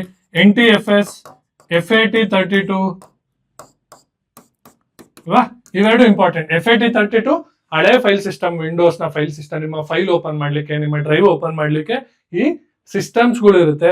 FAT32 ನ ಫುಲ್ ಫಾರ್ಮ್ ಏನು ಕಮೆಂಟ್ ಮಾಡಿ. NTFS okay, new technology file system ಅಂತೀವಿ. ಅದಾದ್ಮೇಲೆ ಇನ್ನು ಹಲವು ರೀತಿಯ ಫೈಲ್ ಸಿಸ್ಟಮ್ಗಳು ಬಂದಿದೆ ಹೊಸದಾಗಿ. ಇದನ್ನು ಕೂಡ ಫುಲ್ ಫಾರ್ಮ್ ನ ನೀವು ಬರ್ಕೊಳ್ಳಿ, ನೋಟ್ ಡೌನ್ ಮಾಡ್ಕೊಳ್ಳಿ. ಈ ಹೈ ಲೆವೆಲ್ ಫಾರ್ಮ್ಯಾಟಿಂಗ್ ಅಲ್ಲಿ ಏನ್ ಮಾಡ್ತೀವಿ ಅಂದ್ರೆ, ನಾವು ಯೂಸರ್ಸ್ ಗಳು ಪಾರ್ಟಿಷನ್ ಮಾಡ್ಕೊಂಡಿರ್ತೀವಿ ಹಾರ್ಡ್ ಡಿಸ್ಕ್ ನ. C drive, D drive, E drive, F drive ಅಲ್ವಾ. ಇದನ್ನ ನಾವೇನಂತ ಕರಿತೀವಿ, hard disk partitioning. Very important. ಈ ಡ್ರೈವ್ಗಳು ಮಾಡ್ಕೊಂಡಿರ್ತೀವಿ ಅಲ್ವಾ, C drive, D drive, E drive, F drive ಅಂತ ಪಾರ್ಟಿಷನಿಂಗ್ ಮಾಡ್ಕೊಂಡಿರ್ತೀವಿ. C ಡ್ರೈವ್ ಅಲ್ಲಿ ನಮ್ಮ ಆಪರೇಟಿಂಗ್ ಸಿಸ್ಟಮ್ ನ ನಾವು ಏನ್ ಮಾಡಿರ್ತೀವಿ, ಬೂಟಿಂಗ್ ಅಂತ ಮಾಡಿರ್ತೀವಿ. OS ಬೂಟಿಂಗ್ ಅಲ್ವಾ. ನಾರ್ಮಲ್ ಆಗಿ ನಿಮ್ಮ ಲ್ಯಾಪ್ಟಾಪ್ ಅಲ್ಲಿ ನಿಮ್ಮ ಸಿಸ್ಟಮ್ ನ, ನಿಮ್ಮ ಕಂಪ್ಯೂಟರ್ ನ ಸಾಫ್ಟ್ವೇರ್ ಯಾವ್ದ್ರಲ್ಲಿ ಇರುತ್ತೆ, ನಿಮ್ಮ ಆಪರೇಟಿಂಗ್ ಸಿಸ್ಟಮ್ ಯಾವ್ದ್ರಲ್ಲಿ ನೀವು ಲೋಡ್ ಮಾಡಿರ್ತೀರಾ ಅಥವಾ ಬೂಟ್ ಮಾಡಿರ್ತೀರಾ, C ಡ್ರೈವ್ ಅಲ್ಲಿ ಮಾಡಿರ್ತೀರಾ. ನೀವು ಬಳಕೆದಾರರು ಯೂಸರ್ ಲೆವೆಲ್ ಫಾರ್ಮ್ಯಾಟಿಂಗ್ ಏನಾದ್ರು ಮಾಡಿದ್ರೆ, ಫಾರ್ ಎಕ್ಸಾಂಪಲ್ ನನ್ನ ಸಾಫ್ಟ್ವೇರ್ ಕ್ರಾಶ್ ಆಯ್ತು, ಆಪರೇಟಿಂಗ್ ಸಿಸ್ಟಮ್ ಕ್ರಾಶ್ ಆಯ್ತು, ನಾನು ಮತ್ತೆ ರೀಇನ್ಸ್ಟಾಲ್ ಮಾಡ್ಬೇಕು ಅಂದ್ರೆ ಫುಲ್ ಸಿಸ್ಟಮ್ ನ ಫಾರ್ಮ್ಯಾಟ್ ಮಾಡ್ತಾ ಇದ್ದೀನಿ. ಪಾರ್ಟಿಷನಿಂಗ್ ನ ಚೇಂಜ್ ಮಾಡಕ್ಕೆ ನಾನು ಫಾರ್ಮ್ಯಾಟ್ ಮಾಡ್ತಾ ಇದ್ದೀನಿ ಅಂದ್ರೆ, ಯೂಸರ್ ಲೆವೆಲ್ ಫಾರ್ಮ್ಯಾಟಿಂಗ್ ನಾವೇನಂತ ಕರಿತೀವಿ, ಹೈ ಲೆವೆಲ್ ಫಾರ್ಮ್ಯಾಟಿಂಗ್. ಏನಂತ ಕರಿತೀನಿ, ಹೈ ಲೆವೆಲ್ ಫಾರ್ಮ್ಯಾಟಿಂಗ್. ಭೌತಿಕವಾಗಿ ಫಿಸಿಕಲ್ ಆಗಿ ನಾನು ಫಾರ್ಮ್ಯಾಟ್ ಮಾಡ್ತೀನಿ. ನನ್ನ ಹಾರ್ಡ್ ಡಿಸ್ಕ್ ಅಲ್ಲಿರೋ ಸಿಲಿಂಡರ್ಗಳು, ಟ್ರ್ಯಾಕ್ಗಳು ಮತ್ತೆ ಸೆಕ್ಟರ್ಗಳನ್ನ ಯೂಸ್ ಮಾಡ್ಕೊಂಡು ಫಾರ್ಮ್ಯಾಟ್ ಮಾಡ್ತಾ ಇದ್ದೀನಿ ಅಂದ್ರೆ, ಅದು ಹಾರ್ಡ್ ಡಿಸ್ಕ್ ಮ್ಯಾನುಫ್ಯಾಕ್ಚರ್ ಲೆವೆಲ್ ಅಲ್ಲೇ ಮಾಡ್ತಾ ಇರ್ತಾರೆ. ಅದು ನಾನು ಏನಂತ ಕರಿತೀನಿ, ಲೋ ಲೆವೆಲ್ ಫಾರ್ಮ್ಯಾಟಿಂಗ್. ಇದು ಯಾವ್ದರ ಡೆಫಿನಿಷನ್, ಲೋ ಲೆವೆಲ್ ಫಾರ್ಮ್ಯಾಟಿಂಗ್ ನ ಡೆಫಿನಿಷನ್. ಕ್ಲಿಯರ್ ಅಲ್ವಾ. ಕಾನ್ಸೆಪ್ಟ್ ವೆರಿ ಇಂಪಾರ್ಟೆಂಟ್ ಸ್ನೇಹಿತರೆ. ಕಾನ್ಸೆಪ್ಟ್ ನಿಮಗೆ ಅರ್ಥ ಆಯ್ತು ಅಂದ್ರೆ ಎಂತದ ಪ್ರಶ್ನೆ ಕೇಳಿ ಅವನು ನೀವು ಉತ್ತರ ಮಾಡಬಹುದು. ಹಾರ್ಡ್ ಡಿಸ್ಕ್ ತಯಾರಕರು ಖಾಲಿ ಹಾರ್ಡ್ ಡಿಸ್ಕ್ ಮೈಯಲ್ಲಿ ಟ್ರ್ಯಾಕ್ಗಳು, ಸಿಲಿಂಡರ್ಗಳು ಮತ್ತು ಸೆಕ್ಟರ್ಗಳನ್ನು ಭೌತಿಕವಾಗಿ ಗುರುತಿಸುವ ಮೂಲಕ ಸಿದ್ಧಪಡಿಸಿದರೆ ಅಲ್ಲಿ ಯಾವ ಪ್ರಕ್ರಿಯೆಯನ್ನು ನಡೆಸಲಾಗುತ್ತದೆ, ಅಲ್ಲಿ ಲೋ ಲೆವೆಲ್ ಫಾರ್ಮ್ಯಾಟಿಂಗ್. ಅದೇ ನಾನು ಬಳಕೆದಾರ ಯೂಸರ್ ಏನಾದ್ರೂ ಫಾರ್ಮ್ಯಾಟ್ ಮಾಡ್ಲಿಕ್ಕೆ, ಡಿಸ್ಕ್ ನ ಪಾರ್ಟಿಷನ್ ಮಾಡ್ಲಿಕ್ಕೆ ಅಲ್ವಾ, C drive, D drive, E drive, F drive ಅಂತ. ಆಮೇಲೆ ವಿಂಡೋಸ್ ಫೈಲ್ ಸಿಸ್ಟಮ್ ಬಗ್ಗೆ ಹೇಳಿದೆ, ಅದನ್ನ ಕಮೆಂಟ್ ಮಾಡಿ ಫುಲ್ ಫಾರ್ಮ್. FAT32 ಅಂದ್ರೇನು, NTFS ಅಂದ್ರೇನು, ಓಕೆ. ಹಲವಾರು ಟರ್ಮಿನಾಲಜಿಸ್ಗಳು ಇದೆ. ವಿಂಡೋಸ್ ಫೈಲ್ ಎಕ್ಸ್ಪ್ಲೋರರ್ ಅಂತೀವಿ ಅಥವಾ ವಿಂಡೋಸ್ ಫೈಲ್ ಸಿಸ್ಟಮ್ ಅಂತೀವಿ. ಅದನ್ನ ಕೂಡ ನೋಟ್ ಡೌನ್ ಮಾಡ್ಕೊಳ್ಳಿ, ಫುಲ್ ಫಾರ್ಮ್ ಕೇಳ್ಬೋದು, ಅಲ್ಲೂ ಕೂಡ ಪ್ರಶ್ನೆ. ಓಕೆ. ಲೋ ಲೆವೆಲ್ ಫಾರ್ಮ್ಯಾಟ್ ಭೌತಿಕವಾಗಿ ಟ್ರ್ಯಾಕ್ಗಳನ್ನ, ಸಿಲಿಂಡರ್ಗಳನ್ನ ಗುರುತಿಸ್ಬಿಟ್ಟು ಡಿಲೀಟ್ ಮಾಡಲಾಗುತ್ತದೆ. ಅದೇ ಬಳಕೆದಾರ ಡಿಲೀಟ್ ಮಾಡಿದ್ರೆ, ನನ್ನ ಆಪರೇಟಿಂಗ್ ಸಿಸ್ಟಮ್ ನ ಕ್ರಾಶ್ ಆಯ್ತು ಸಿಸ್ಟಮ್, ಇನ್ನೊಂದ್ಸತಿ ನಾನು ಹೊಸದಾಗಿ ಬೂಟಿಂಗ್ ಮಾಡ್ತೀನಿ, ಸಾಫ್ಟ್ವೇರ್ ನ, ಆಪರೇಟಿಂಗ್ ಸಿಸ್ಟಮ್ ನ ನಾನು ಕಂಪ್ಯೂಟರ್ಗೆ, ಹಾರ್ಡ್ವೇರ್ಗೆ ಲೋಡ್ ಮಾಡೋದಕ್ಕೆ ನಾವೇನಂತ ಕರಿತೀವಿ, ಬೂಟಿಂಗ್ ಅಂತ ಕರಿತೀವಿ. ಬೂಟಿಂಗ್ ಮಾಡ್ತೀನಿ ಅಥವಾ ಲೋಡ್ ಮಾಡ್ತೀನಿ ಅಂದ್ರೆ ಅಲ್ಲಿ ನಾವು ಮಾಡಿದ ಫಾರ್ಮೆಟಿಗೆ ಹೈ ಲೆವೆಲ್ ಫಾರ್ಮೆಟಿಂಗ್ ಅಂತ ಹೇಳ್ತೀವಿ. ಓಕೆ, ಕಾನ್ಸೆಪ್ಟ್ ವೆರಿ ಇಂಪಾರ್ಟೆಂಟ್ ಸ್ನೇಹಿತರೆ. ಡೇಟಾ ಫ್ರಾಗ್ಮೆಂಟೇಶನ್ ಅಂದ್ರೆ ಕೂಡ ಹೇಳಿದೆ. ಏನಾಗಿರುತ್ತೆ, ನಿಮ್ಮ ದತ್ತಾಂಶ ಏನಾದ್ರೂ ಸೇವ್ ಆಗಿದ್ದು ಡಿಸ್ಕ್ ಅಲ್ಲಿ ಚದುರು ಹೋಗಿರುತ್ತೆ. ನಿಮಗೆ ಬೇಕು ಅಂದ ತಕ್ಷಣ ಏನ್ ಮಾಡುತ್ತೆ, ಅದನ್ನೆಲ್ಲ ಹೆಕ್ಕಿ ತೆಗೆಯುತ್ತೆ. ಹಂಗಾಗಿ ಹಾರ್ಡ್ ಡಿಸ್ಕ್ ಅಲ್ಲಿ ಡೇಟಾನ ರಿಟ್ರೈವ್ ಮಾಡೋದು ಸ್ವಲ್ಪ ನಿಧಾನ. ನಿಮ್ಮ SSD ಸಾಲಿಡ್ ಸ್ಟೇಟ್ ಡ್ರೈವ್ ಗಿಂತ ಹಾರ್ಡ್ ಡಿಸ್ಕ್ ಗಳಲ್ಲಿ ಡೇಟಾ ಮೆಮೊರಿ ಸ್ವಲ್ಪ ನಿಧಾನ. ಹಂಗಾಗಿ ನಿಮ್ಮ ಮೆಮೊರಿ ಹೈರಾರ್ಕಿ ಕೇಳಿದ್ರೆ hard disk is bit slower than SSD. Hard disk SSD ಗಿಂತ ಸ್ವಲ್ಪ ಕೊಂಚವಾಗಿ ನಿಧಾನವಾಗಿ ಕೆಲಸ ಮಾಡುತ್ತೆ. ಅದರ ಕಾಸ್ಟ್ ಅಲ್ಲಿ ಡಿಫ್ರೆನ್ಸ್. ಹಾರ್ಡ್ ಡಿಸ್ಕ್ ಕಡಿಮೆ ಕಾಸ್ಟ್, SSD ಕಾಸ್ಟ್ ಸ್ವಲ್ಪ ಜಾಸ್ತಿನೇ ಇರುತ್ತೆ. Next, which cloud computing service involves delivering end user software application ಅಲ್ವಾ? ಎಂಡ್ ಯೂಸರ್ ಬಳಕೆದಾರ ಕೊನೆಗೆ end user software application like MS Office 365, Microsoft Office 365 ಅಲ್ವಾ? ಇದರಲ್ಲಿ ವರ್ಡ್ ಇದೆ, very important from your examination point of view. Excel ಇದೆ, PowerPoint ಇದೆ, Outlook ಇದೆ ಅಲ್ವಾ? ಇಮೇಲ್ ಇದ್ದಂಗೆ ಅವರ ಔಟ್ಲುಕ್ ಇದೆ. ಈಗ ಮೈಕ್ರೋಸಾಫ್ಟ್ ಅವ್ರದ್ದು ಪವರ್ BI ಬಂದಿದೆ. ಇವೆಲ್ಲ ವೆರಿ ಇಂಪಾರ್ಟೆಂಟ್ ಟೂಲ್ಸ್ಗಳು. ಈ ಎಂಡ್ ಯೂಸರ್ ಟೂಲ್ಸ್ ಅನ್ನ ನಾವು ಇಂಟರ್ನೆಟ್ ಮೂಲಕ ಸಬ್ಸ್ಕ್ರಿಪ್ಷನ್ ತಗೊಳ್ಳೋದಕ್ಕೆ ಏನಂತ ಕರಿತೀವಿ? ನಿಮ್ಮ option software as a service, infrastructure as a service, platform as a service, hybrid cloud. ಏನು ಉತ್ತರ ಹೇಳಿ? ಇಲ್ಲಿದೆ answer, but software as a service ಅಲ್ವಾ? ನಾನು ಒಂದು ಸಾಫ್ಟ್ವೇರ್ ರೆಡಿ ಆಗಿರೋದನ್ನ ನನ್ನ ಬಳಕೆ ಅಲ್ವಾ, ಬಳಕೆದಾರ ಎಂಡ್ ಯೂಸರ್ ನ ಬಳಕೆಗೆ ಉಪಯೋಗಿಸ್ಕೊಳ್ಳೋದು. ಏನು? ತಿಂಗ್ಳಿ ಸಬ್ಸ್ಕ್ರಿಪ್ಷನ್ ಅಥವಾ ಆನ್ಯುವಲ್ ಸಬ್ಸ್ಕ್ರಿಪ್ಷನ್, ವರ್ಷಕ್ಕೆ ಸಬ್ಸ್ಕ್ರಿಪ್ಷನ್ ಮಾಡೋದಕ್ಕೆ ನಾನು ಏನಂತ ಕರಿತೀನಿ? ಸಾಫ್ಟ್ವೇರ್ ಆಸ್ ಎ ಸರ್ವಿಸ್ ಅಥವಾ SaaS ಅಂತ ಕರಿತೀನಿ.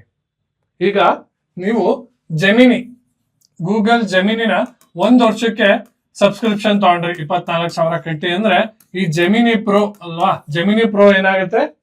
ಇವು 4ರಲ್ಲಿ ಸಾಫ್ಟ್ವೇರ್ ಆಸ್ ಎ ಸರ್ವಿಸ್ ಆಗುತ್ತೆ. Software as a service. ಈಗ ನಾನೊಂದು ವಿಡಿಯೋ ಎಡಿಟರ್ ಅಲ್ವಾ, ವಿಡಿಯೋ ಎಡಿಟಿಂಗ್ ಯಾವುದೋ ಒಂದು ಟೂಲ್ ತಗೊಂಡಿದ್ದೀನಿ, ಅಡೋಬಿ ತಗೊಂಡಿದ್ದೀನಿ, ಅದೊಂದು ವರ್ಷಕ್ಕೆ ಪೇ ಮಾಡಿದ್ದೀನಿ ಅಂದ್ರೆ ಅದು software as a service, SaaS. Infrastructure as a service. ಇಲ್ಲಿ ನಿಮಗೆ ಸಾಫ್ಟ್ವೇರ್ ಉದ್ಯೋಗಿಗಳು ಅಥವಾ ಸಾಫ್ಟ್ವೇರ್ ಕಂಪನಿಗಳು ಇನ್ಫ್ರಾಸ್ಟ್ರಕ್ಚರ್ ಬೇಕು. ಅವರ ಅಪ್ಲಿಕೇಶನ್ ನ ಟೆಸ್ಟ್ ಮಾಡ್ಲಿಕ್ಕೆ ಅಲ್ವಾ, ಅವರ ವೆಬ್ಸೈಟ್ ನ ಟೆಸ್ಟ್ ಮಾಡ್ಲಿಕ್ಕೆ. ಅದಕ್ಕೆ ನಾವೇನಂತ ಕರಿತೀವಿ? ಫಾರ್ ಎಕ್ಸಾಂಪಲ್ ಇಲ್ಲಿ ಅಮೆಜಾನ್ ವೆಬ್ ಸರ್ವಿಸ್ ಇದೆ, ಮೈಕ್ರೋಸಾಫ್ಟ್ ಅವ್ರದ್ದು ಅಜ್ಯೂರ್ ಇದೆ, ಮೈಕ್ರೋಸಾಫ್ಟ್ ಅವ್ರದ್ದು ಅಜ್ಯೂರ್ ಇದೆ. ಇವೆಲ್ಲ ಏನಂದ್ರೆ ಕ್ಲೌಡ್ ಸಪೋರ್ಟ್ ಅನ್ನು ಕೊಡುತ್ತೆ. ಕ್ಲೌಡ್ ಅಂದ್ರೆ ಏನು? ನಿಮ್ಮ ದತ್ತಾಂಶ centrally, okay, Amazon company, Amazon ಅವರ ಸರ್ವರ್ಗಳಲ್ಲಿ ಸ್ಟೋರೇಜ್ ಆಗಿರುತ್ತೆ. ಮೈಕ್ರೋಸಾಫ್ಟ್ ಅವ್ರದ್ದು ಅಜ್ಯೂರ್ ಅಂತ ಇದೆ, ಅಜ್ಯೂರ್ ಕ್ಲೌಡ್ಗಳಲ್ಲಿ, ಮೈಕ್ರೋಸಾಫ್ಟ್ ಕ್ಲೌಡ್ಗಳಲ್ಲಿ ಸೇವ್ ಆಗಿರುತ್ತೆ. ಇಲ್ಲಿ ನಿಮ್ಮ ದೊಡ್ಡ ದೊಡ್ಡ ಸಾಫ್ಟ್ವೇರ್ ಕಂಪ್ನಿಗಳಿದ್ರೆ ಅವ್ರ ಅಪ್ಲಿಕೇಶನ್ ಟೆಸ್ಟ್ ಮಾಡ್ಲಿಕ್ಕೆ, ರನ್ ಮಾಡ್ಲಿಕ್ಕೆ ವರ್ಚುವಲ್ ಎನ್ವಿರಾನ್ಮೆಂಟ್ ಕೊಡುತ್ತೆ ಅಲ್ವಾ? ವರ್ಚುವಲ್ ಆಗಿ ನಿಮಗೆ ಎನ್ವಿರಾನ್ಮೆಂಟ್ ಕೊಡುತ್ತೆ. ಅದನ್ನ ನಾವೇನಂತ ಕರಿತೀವಿ? Infrastructure as a service. Infrastructure as a service. Platform as a service ಅಂದ್ರೆ, ಈಗ ನಾನೊಂದು ಮೊಬೈಲ್ ಆಪ್ ಬಿಲ್ಡ್ ಮಾಡಿದೆ, ಮೊಬೈಲ್ ಆಪ್ ಅನ್ನ ಟೆಸ್ಟ್ ಮಾಡಬೇಕು ಅಂದ್ರೆ, ಈಗ ಫಾರ್ ಎಕ್ಸಾಂಪಲ್ ಗೂಗಲ್ ಅವ್ರದ್ದಿದೆ, ಗೂಗಲ್ ಆಪ್ ಟೆಸ್ಟಿಂಗ್. ಇದು ಅವರ ಪ್ಲಾಟ್ಫಾರ್ಮ್ ನ ಕೊಡುತ್ತೆ, ಪ್ಲಾಟ್ಫಾರ್ಮ್ ನ ಕೊಡುತ್ತೆ. ನನ್ನ ಅಪ್ಲಿಕೇಶನ್ ನಾನು ಯೂಸರ್ ನ ಟೆಸ್ಟ್ ಮಾಡಬೇಕು ಅಂದ್ರೆ ಇದು ನಾವೇನಂತ ಕರಿತೀವಿ? Sandbox technology. Sandbox technology, sandbox technology platform. Hybrid cloud ಅಂದ್ರೆ ಲೋಕಲ್ ಆಗಿ, ನನ್ನ ಆಫೀಸಲ್ಲಿ ನಾನು ನನ್ನ ದತ್ತಾಂಶನ ಲೋಕಲ್ ಆಗು ಸೇವ್ ಮಾಡ್ಕೊಂತೀನಿ, ಮತ್ತೆ ನಾನು ಕ್ಲೌಡ್ ಅಲ್ಲೂ ಸೇವ್ ಮಾಡ್ಕೊಂತೀನಿ. ಇಲ್ಲಿ ಅಮೆಜಾನ್ ವೆಬ್ ಸರ್ವಿಸ್ ಇರ್ಬೋದು, ಮೈಕ್ರೋಸಾಫ್ಟ್ ಅಜ್ಯೂರ್ ಇರ್ಬೋದು, ಗೂಗಲ್ ಅವ್ರದ್ದು ಒನ್ ಡ್ರೈವ್ ಇರ್ಬೋದು, ಗೂಗಲ್ದು ಒನ್ ಡ್ರೈವ್ ಅಥವಾ Google drive, one drive Microsoft ಅನ್ಸುತ್ತೆ.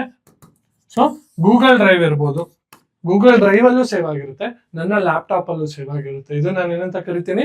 ಹೈಬ್ರಿಡ್ ಕ್ಲೌಡ್ ಸ್ಟೋರೇಜ್ ಅಂತ ಕರಿತೀನಿ. ಟರ್ಮಿನಾಲಜಿ ಸರ್, ಕಾನ್ಸೆಪ್ಟ್ಸ್ಗಳು ನಿಮಗೆ ಕ್ಲಿಯರ್ ಆಗಿದ್ರೆ ಎಂತ ಪ್ರಶ್ನೆ ಬರಲಿ ಆನ್ಸರ್ ಮಾಡ್ಬೋದು.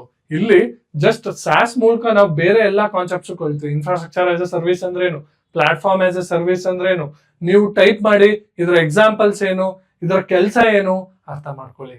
ನನ್ನ ಉದ್ದೇಶ ನೀವೇನಂದ್ರೆ ಕಂಪ್ಲೀಟ್ 360 ಡಿಗ್ರಿ ನೀವು ಪ್ರಿಪೇರ್ ಆಗ್ಬೇಕು ಎಕ್ಸಾಮಿನೇಷನ್ಗೆ. ಪ್ರಿಪೇರ್ ಆದ್ರೆ ಅಂದ್ರೆ ಅವ್ನ ಪ್ರಶ್ನೆ ಯಾವ ರೀತಿನೇ ಕೇಳಲಿ, ಇಲ್ಲೇ 10-15 ಪ್ರಶ್ನೆ ಬರುತ್ತೆ ಸರ್. ಓಕೆ ಮೇಡಮ್, ಇಲ್ಲಿ ನೀವು ಏನು ಅಟೆಂಡ್ ಮಾಡ್ತೀರಾ, ಅರೌಂಡ್ 5 ಕಂಪ್ಲೀಟ್ ಸೆಕ್ಷನಲ್ ಟೆಸ್ಟ್ ಮತ್ತೆ 3 ಫುಲ್ ಮಾರ್ಕ್ ಟೆಸ್ಟ್, ಅಲ್ಲೇ ಆಲ್ಮೋಸ್ಟ್ ನಿಮಗೆ 250 ಪ್ರಶ್ನೆ ಸಾಲ್ವ್ ಮಾಡ್ತಾ ಇದ್ದೀರಾ. ಅದ್ರಲ್ಲಿ ಏನಿಲ್ಲ ಅಂದ್ರೂ 10-15 ಪ್ರಶ್ನೆ ಈ ಪ್ರಶ್ನೆ ಸಾಲ್ವ್ ಮಾಡಿರೋ ನಾಲೆಡ್ಜ್ ಅಥವಾ ಡೈರೆಕ್ಟ್ ಆಗಿ ಅಥವಾ ಭಾಗಶಃ ನಿಮಗೆ ಆನ್ಸರ್ ಮಾಡ್ಲಿಕ್ಕೆ ಸಹಾಯ ಮಾಡುತ್ತೆ ಡೈರೆಕ್ಟ್ ಆಗಿ. ಆಮೇಲೆ ಇಲ್ಲಿಂದ ಆಪ್ಷನ್ಸ್ ಅಲ್ಲಿ ನೀವು ಏನ್ ಕಲ್ತಿದ್ದೀರಾ ಆ ಆಪ್ಷನ್ಸ್ ಇಂದ ಒಂದು ಪ್ರಶ್ನೆ ಹಾಕಿದ್ರು ಇನ್ನು 10-15 ಪ್ರಶ್ನೆ ಸಾಲ್ವ್ ಮಾಡ್ಬೋದು. 30ಕ್ಕೆ easily will be able to score 25. Okay, minimum ನಮ್ಮ ಸ್ಟೂಡೆಂಟ್ಸ್ ಎಲ್ಲರೂ 25 ತೆಗಿಲೇಬೇಕು ಕಂಪ್ಯೂಟರ್ ನಾಲೆಡ್ಜ್ ಅಲ್ಲಿ. ಸೊ ಸಬ್ಸ್ಕ್ರಿಪ್ಷನ್ ಆಧಾರದ ಮೇಲೆ ಇಂಟರ್ನೆಟ್ ಮೂಲಕ ಬಳಕೆದಾರರಿಗೆ ಸಾಫ್ಟ್ವೇರ್ ಅಪ್ಲಿಕೇಶನ್ಗಳನ್ನು ಒದಗಿಸುವ ಓಕೆ ಕ್ಲೌಡ್ ಕಂಪ್ಯೂಟಿಂಗ್ ಮಾದರಿ ಯಾವುದು, SaaS, software as an application. ಇವೆಲ್ಲ types of cloud computing. Cloud computing ನ ಹಲವಾರು ವಿಧಗಳಲ್ಲಿ ಬರುತ್ತೆ. Software as a service, infrastructure as a service, platform as a service. ಯಾವ್ದಾವ್ದು ಎಕ್ಸಾಂಪಲ್ಸ್ ಬರ್ದೇ ಇಟ್ಕೊಳ್ಳಿ, ಎಕ್ಸಾಮಿಗೆ ಖಂಡಿತವಾಗ್ಲೂ ಇದರಿಂದ ಒಂದು ಬರೋ ಚಾನ್ಸಸ್ ಇದೆ. Next, arrange the following memory measurement units in increasing order of their size. ಅಲ್ವಾ, ನಾವೆಲ್ಲ KB, MB, GB ನೋಡಿರ್ತೀವಿ. ಅದಾದ್ಮೇಲೂ ಕೂಡ ನಿಮಗೆ ನೆಕ್ಸ್ಟ್ ಮೆಮೊರಿ ಹೈರಾರ್ಕಿ ಇದೆ ಅಲ್ವಾ. ಫೇವರೇಟ್ ಟಾಪಿಕ್ KPSC KE ಇದು. 0-1 ನಾವೇನಂತ ಕರಿತೀವಿ ಸ್ನೇಹಿತರೆ, ಬಿಟ್ ನ 0 ಅಥವಾ 1. ನೆಕ್ಸ್ಟ್ 1 ನಿಬಲ್ ನ ಇವೆಲ್ಲ ಮೆಮೊರಿ ಮೆಜರಿಂಗ್ 4 ಬಿಟ್ಸ್. ಒಂದು ನಿಬಲ್ಗೆ 4 ಬಿಟ್ಸ್ ಅಂತೀವಿ. Next 1 byte is equal to 8 bits. Okay, byte ಇಂದ ಶುರು ಆಗುತ್ತೆ. 1 KB ಏನಾಗುತ್ತೆ, 1024 ಬೈಟ್ ಆಗುತ್ತೆ. 1000 ಅಲ್ಲ, 1024. Next 1 MB is equal to 1024 KB. ಇದೇ ರೀತಿ ಮುಂದುವರಿತಾ ಹೋಗುತ್ತೆ. ಸೊ ಬೈಟ್ ಆಯ್ತು, ಬೈಟ್ ಆದ್ಮೇಲೆ KB ಆದ್ಮೇಲೆ MB ಮೆಗಾಬೈಟ್, MB ಆದ್ಮೇಲೆ ಜಿಗಾಬೈಟ್ ಆದ್ಮೇಲೆ ಟೆರಾಬೈಟ್ ಅಲ್ವಾ, ಟೆರಾಬೈಟ್. ಇಲ್ಲಿ ಆನ್ಸರ್ ಏನಿದೆ 4. ಟೆರಾಬೈಟ್ ಆದ್ಮೇಲೆ ಯಾವ್ದು ಜಾಸ್ತಿ, ಪೆಟಾಬೈಟ್ ಇಸ್ ಬಿಗ್ಗರ್. ಅದಕ್ಕೆ terabyte is less than petabyte is less than ಎಕ್ಸಾಬೈಟ್. ಇವೆಲ್ಲ ಎಕ್ಸಾಬೈಟ್. 1 exabyte is equal to 1024 petabyte. 1 petabyte is equal to 1024 terabyte. 1 terabyte is equal to 1024 gigabyte. ಅದಾದ್ಮೇಲೆ zettabyte, ಅದಾದ್ಮೇಲೆ yottabyte. ಓಕೆ, ಅಟ್ಲೀಸ್ಟ್ ಇಲ್ಲಿವರೆಗೂ ಆದ್ರೂ ತಿಳ್ಕೊಂಡಿರ್ಬೇಕು. ಈ ಬರೀ KB, MB, GB ಕೇಳೋದು ಹೋಯ್ತು ಸ್ನೇಹಿತರೆ. ಸೊ ಇಲ್ಲಿ ಉದ್ದೇಶ ಏನಂದ್ರೆ ಮೆಮೊರಿ ಹೈರಾರ್ಕಿ ನಿಮಗೆ ಬಿಟ್ ಇಂದ ಹಿಡಿದು ಅಟ್ಲೀಸ್ಟ್ ಯೋಟಾಬೈಟ್ ವರ್ಗೂ ಗೊತ್ತಿರ್ಬೇಕು. ಬಿಟ್ 0 ಅಥವಾ 1 ಅಲ್ವಾ. ಕಂಪ್ಯೂಟರ್ ಅರ್ಥ ಆಗೋ ಭಾಷೆ ಯಾವುದು, ಬೈನರಿ ಲ್ಯಾಂಗ್ವೇಜ್ ಅಂತೀವಿ. It includes 0, 1. ಇದರ ಬೇಸ್ ಏನು, 2. ನಂಬರ್ ಸಿಸ್ಟಮ್ ಅಲ್ಲಿ ಸ್ಟಡಿ ಮಾಡಿರ್ತೀರ ಅಲ್ವಾ. ಇದರ ನಂಬರ್ ಬೇಸ್ ಸಿಸ್ಟಮ್ ಏನು, 2. ಇದರಲ್ಲಿ 2 ಸಂಖ್ಯೆ 0 ಅಥವಾ 1. 1 ನಿಬಲ್ ಅಂದ್ರೆ 4 ಬಿಟ್, 1 ಬೈಟ್ ಅಂದ್ರೆ 8 ಬಿಟ್ ಅಲ್ವಾ. 1 KB is equal to 1024 bytes. ಅದಾದ್ಮೇಲೆ 1 MB 1024 KB, 1 GB 1024 MB, 1 TB 1024 GB, then petabyte 1024 TB, 1 exabyte 1024 petabyte, ಆಮೇಲೆ zettabyte, yottabyte ಅಲ್ವಾ. yottabyte ಇಲ್ಲಿ ಕೇಳಿಲ್ಲ, 4ಕ್ಕೆ ಕೇಳಿದಾನೆ. terabyte is less than petabyte is less than exabyte is less than zettabyte. ಅಥವಾ zettabyte is the highest, ಅದಾದ್ಮೇಲೆ ಎಕ್ಸಾಬೈಟ್, ಅದಾದ್ಮೇಲೆ petabyte, ಅದಾದ್ಮೇಲೆ terabyte ಅಲ್ವಾ. ಬಹಳ ಸುಲಭವಾಗಂತೂ ಕೇಳಲ್ಲ, ಕೇಳಿದ್ರೆ ಸ್ವಲ್ಪ ಕಾಂಪ್ಲೆಕ್ಸ್ ಆಗಿ ಕೇಳ್ತಾನೆ. ಆಮೇಲೆ ನಿಮಗೆ complete memory hierarchy up to 10th 11th level ವರ್ಗೂ ನಿಮಗೆ ಇಲ್ಲಿ ಮನನ ಆಗುತ್ತೆ. ಕ್ಲಿಯರ್? ಈಸಿ ಪ್ರಶ್ನೆ ಇದು, ಎಲ್ಲರೂ ಆನ್ಸರ್ ಮಾಡಿರ್ಬೇಕು. ಓಕೆ, ಕನ್ನಡ ಮೀಡಿಯಂ ವಿದ್ಯಾರ್ಥಿಗಳು ಆನ್ಸರ್ ಮಾಡಿರ್ಬೇಕು. ಈಸಿ ಅಲ್ವಾ, ಗೊತ್ತಿರ್ಬೇಕು. ಜಸ್ಟ್ GB ವರ್ಗೂ ಗೊತ್ತಿದ್ದು ಸರ್ ನಾನು KB, MB, GB ಓದ್ಕೊಂಡಿದ್ದೀನಿ, ನೆಕ್ಸ್ಟ್ ಗೊತ್ತಿಲ್ಲ. ಇಲ್ಲ, ಕೇಳ್ತಾ ಇದ್ದಾನೆ. ಟೆರಾಬೈಟು, ಪೆಟಾಬೈಟು, ಎಕ್ಸಾಬೈಟು, zettabyte, yottabyte ಅಲ್ಲಿವರೆಗೂ ಗೊತ್ತಿರ್ಬೇಕು ಮೆಮೊರಿ ಹೈರಾರ್ಕಿ. ಯಾಕಂದ್ರೆ ಟಫ್ನೆಸ್ ಹಂಗಿದೆ, ಕಾಂಪಿಟೇಷನ್ ಹಂಗಿದೆ. ನೆಕ್ಸ್ಟ್, ಇನ್ನೇ microprocessor context what does word size specifically refers to? Microprocessor ಅಂದ್ರೇನು? CPU ಕೇಂದ್ರ ಸಂಸ್ಕರಣಾ ಘಟಕ, ಕಂಪ್ಯೂಟರ್ನ ಬ್ರೈನ್ ಮೆದುಳು ಆದ್ರೆ ಬ್ರೈನ್ ನ ಕೇಂದ್ರ ಭಾಗ ಯಾವುದು? ಮೈಕ್ರೋ ಪ್ರೊಸೆಸರ್ಸ್ ಅಲ್ವಾ? Micro processor. ಇಂಟೆಲ್ ಅಲ್ವಾ? Intel is one of the companies that manufacture micro processor. ಅದ್ರ ಜೊತೆಗೆ NVIDIA ಇದೆ ಅಲ್ವಾ? AMD ಅಂತ ಇದೆ, ಕ್ವಾಲ್ಕಾಮ್ ಇದೆ. ಇವೆಲ್ಲ ಮೈಕ್ರೋ ಪ್ರೊಸೆಸರ್ ಮ್ಯಾನುಫ್ಯಾಕ್ಚರ್ ಮಾಡುವ ಕೆಲವು ಕಂಪನಿಗಳು, ಸಂಸ್ಥೆಗಳು. ಅದ್ರ ಮೇಲೆ ಮೈಕ್ರೋ ಪ್ರೊಸೆಸರ್ ಮೇಲೆ ಪ್ರಶ್ನೆ. ಇಲ್ಲಿ ವರ್ಡ್ ಸೈಜ್ ಅಂದ್ರೆ ಏನು ಅಂತ ಕೇಳ್ತಾ ಇದ್ದಾರೆ. ವರ್ಡ್ ಸೈಜ್ ಅಂದ್ರೆ ಏನು? ನಿಮಗೆ ಮೈಕ್ರೋ ಪ್ರೊಸೆಸರ್ನ ಗುಣಲಕ್ಷಣಗಳು, ಕ್ಯಾರೆಕ್ಟರಿಸ್ಟಿಕ್ಸ್ ಗೊತ್ತಿದ್ರೆ ಇದನ್ನ ಆನ್ಸರ್ ಮಾಡ್ಬೋದು. The number of instructions processed per second. The number of instruction process per second, ಇದು ವರ್ಡ್ ಸೈಜ್ ಅಲ್ಲ. ಒಂದು ಕಾನ್ಸೆಪ್ಟ್ ಬರುತ್ತೆ MIPS ಅಂತ, ಮಿಲಿಯನ್ಸ್ ಆಫ್ ಇನ್ಸ್ಟ್ರಕ್ಷನ್ಸ್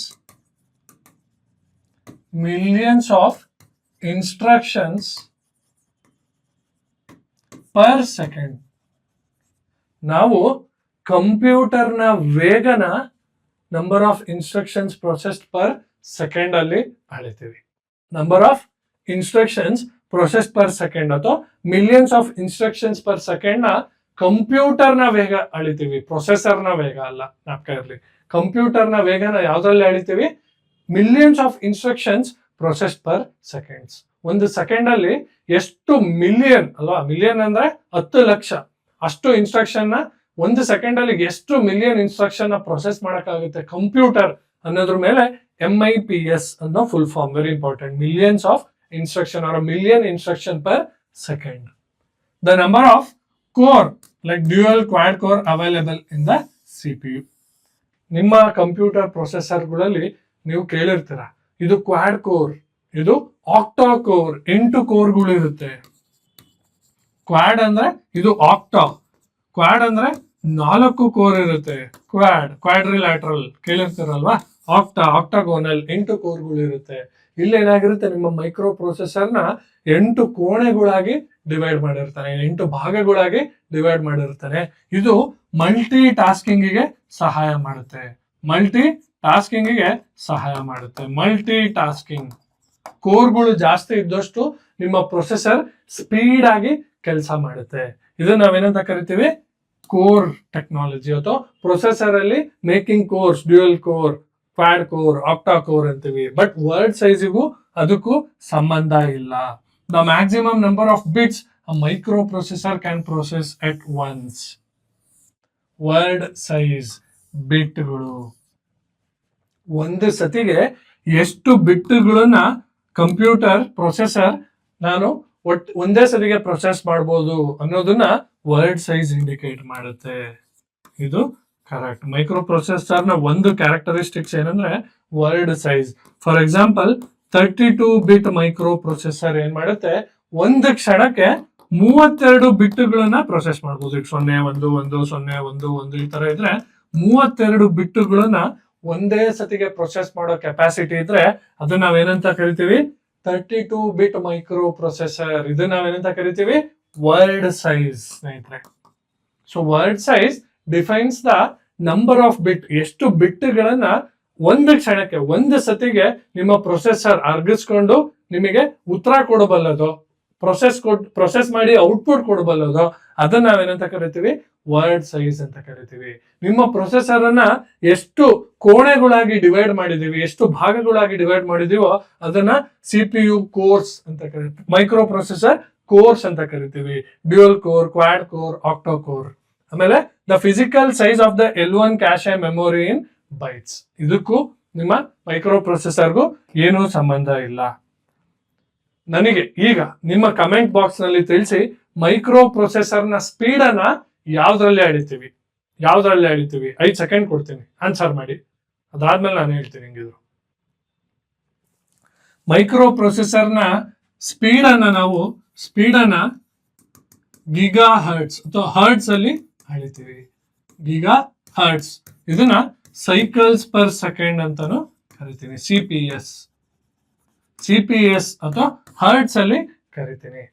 ಒಂದು ಸೆಕೆಂಡ್ ಅಲ್ಲಿ ಎಷ್ಟು ಸತಿ ನೀನ್ ಕೆಲಸ ಮಾಡಿದೆ, ಎಷ್ಟು ಸೈಕಲ್ ಅಲ್ಲಿ ನೀನು ಪ್ರೊಸೆಸ್ ಮಾಡಿದೆ ದತ್ತಾಂಶನ ಅನ್ನೋದಕ್ಕೆ ನಾವು ಸ್ಪೀಡ್, ಓಕೆ, ಸ್ಪೀಡ್ ಅಥವಾ ವೇಗ, ಮೈಕ್ರೋ ಪ್ರೊಸೆಸರ್ ನ ವೇಗ ಡೆಫಿನಿಷನ್ ಅಥವಾ ಇದರ ಸ್ಪೀಡ್ ಅನ್ನ ಹೆಂಗ್ ಅಳಿತೀವಿ ಅಂದ್ರೆ ಒಂದು ಸೆಕೆಂಡ್ ಅಲ್ಲಿ ಎಷ್ಟು ಸತಿ ನೀನು ದತ್ತಾಂಶನ ಪ್ರೊಸೆಸ್ ಮಾಡಿದೆ, ಒಂದು ಸೆಕೆಂಡ್ ಅಲ್ಲಿ ಎಷ್ಟು ಸೈಕಲ್ಸ್ ನೀನು ಓಡದೆ.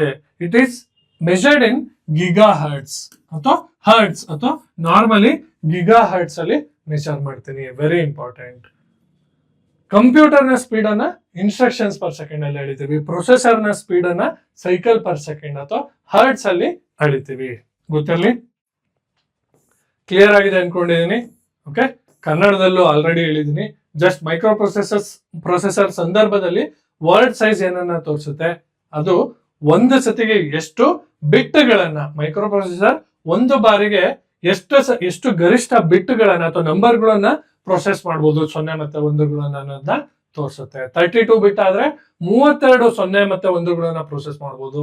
64 ಬಿಟ್ ಇದೆ ಅಲ್ವಾ, 64 ಬಿಟ್ operating system.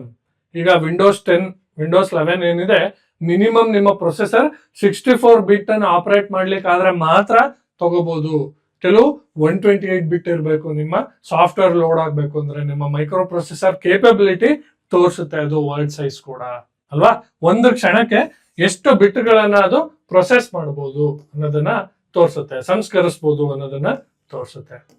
Next, which device translates an analog information like physical sound or light into a digital record and is also known as graphic tablet ಅಲ್ವಾ.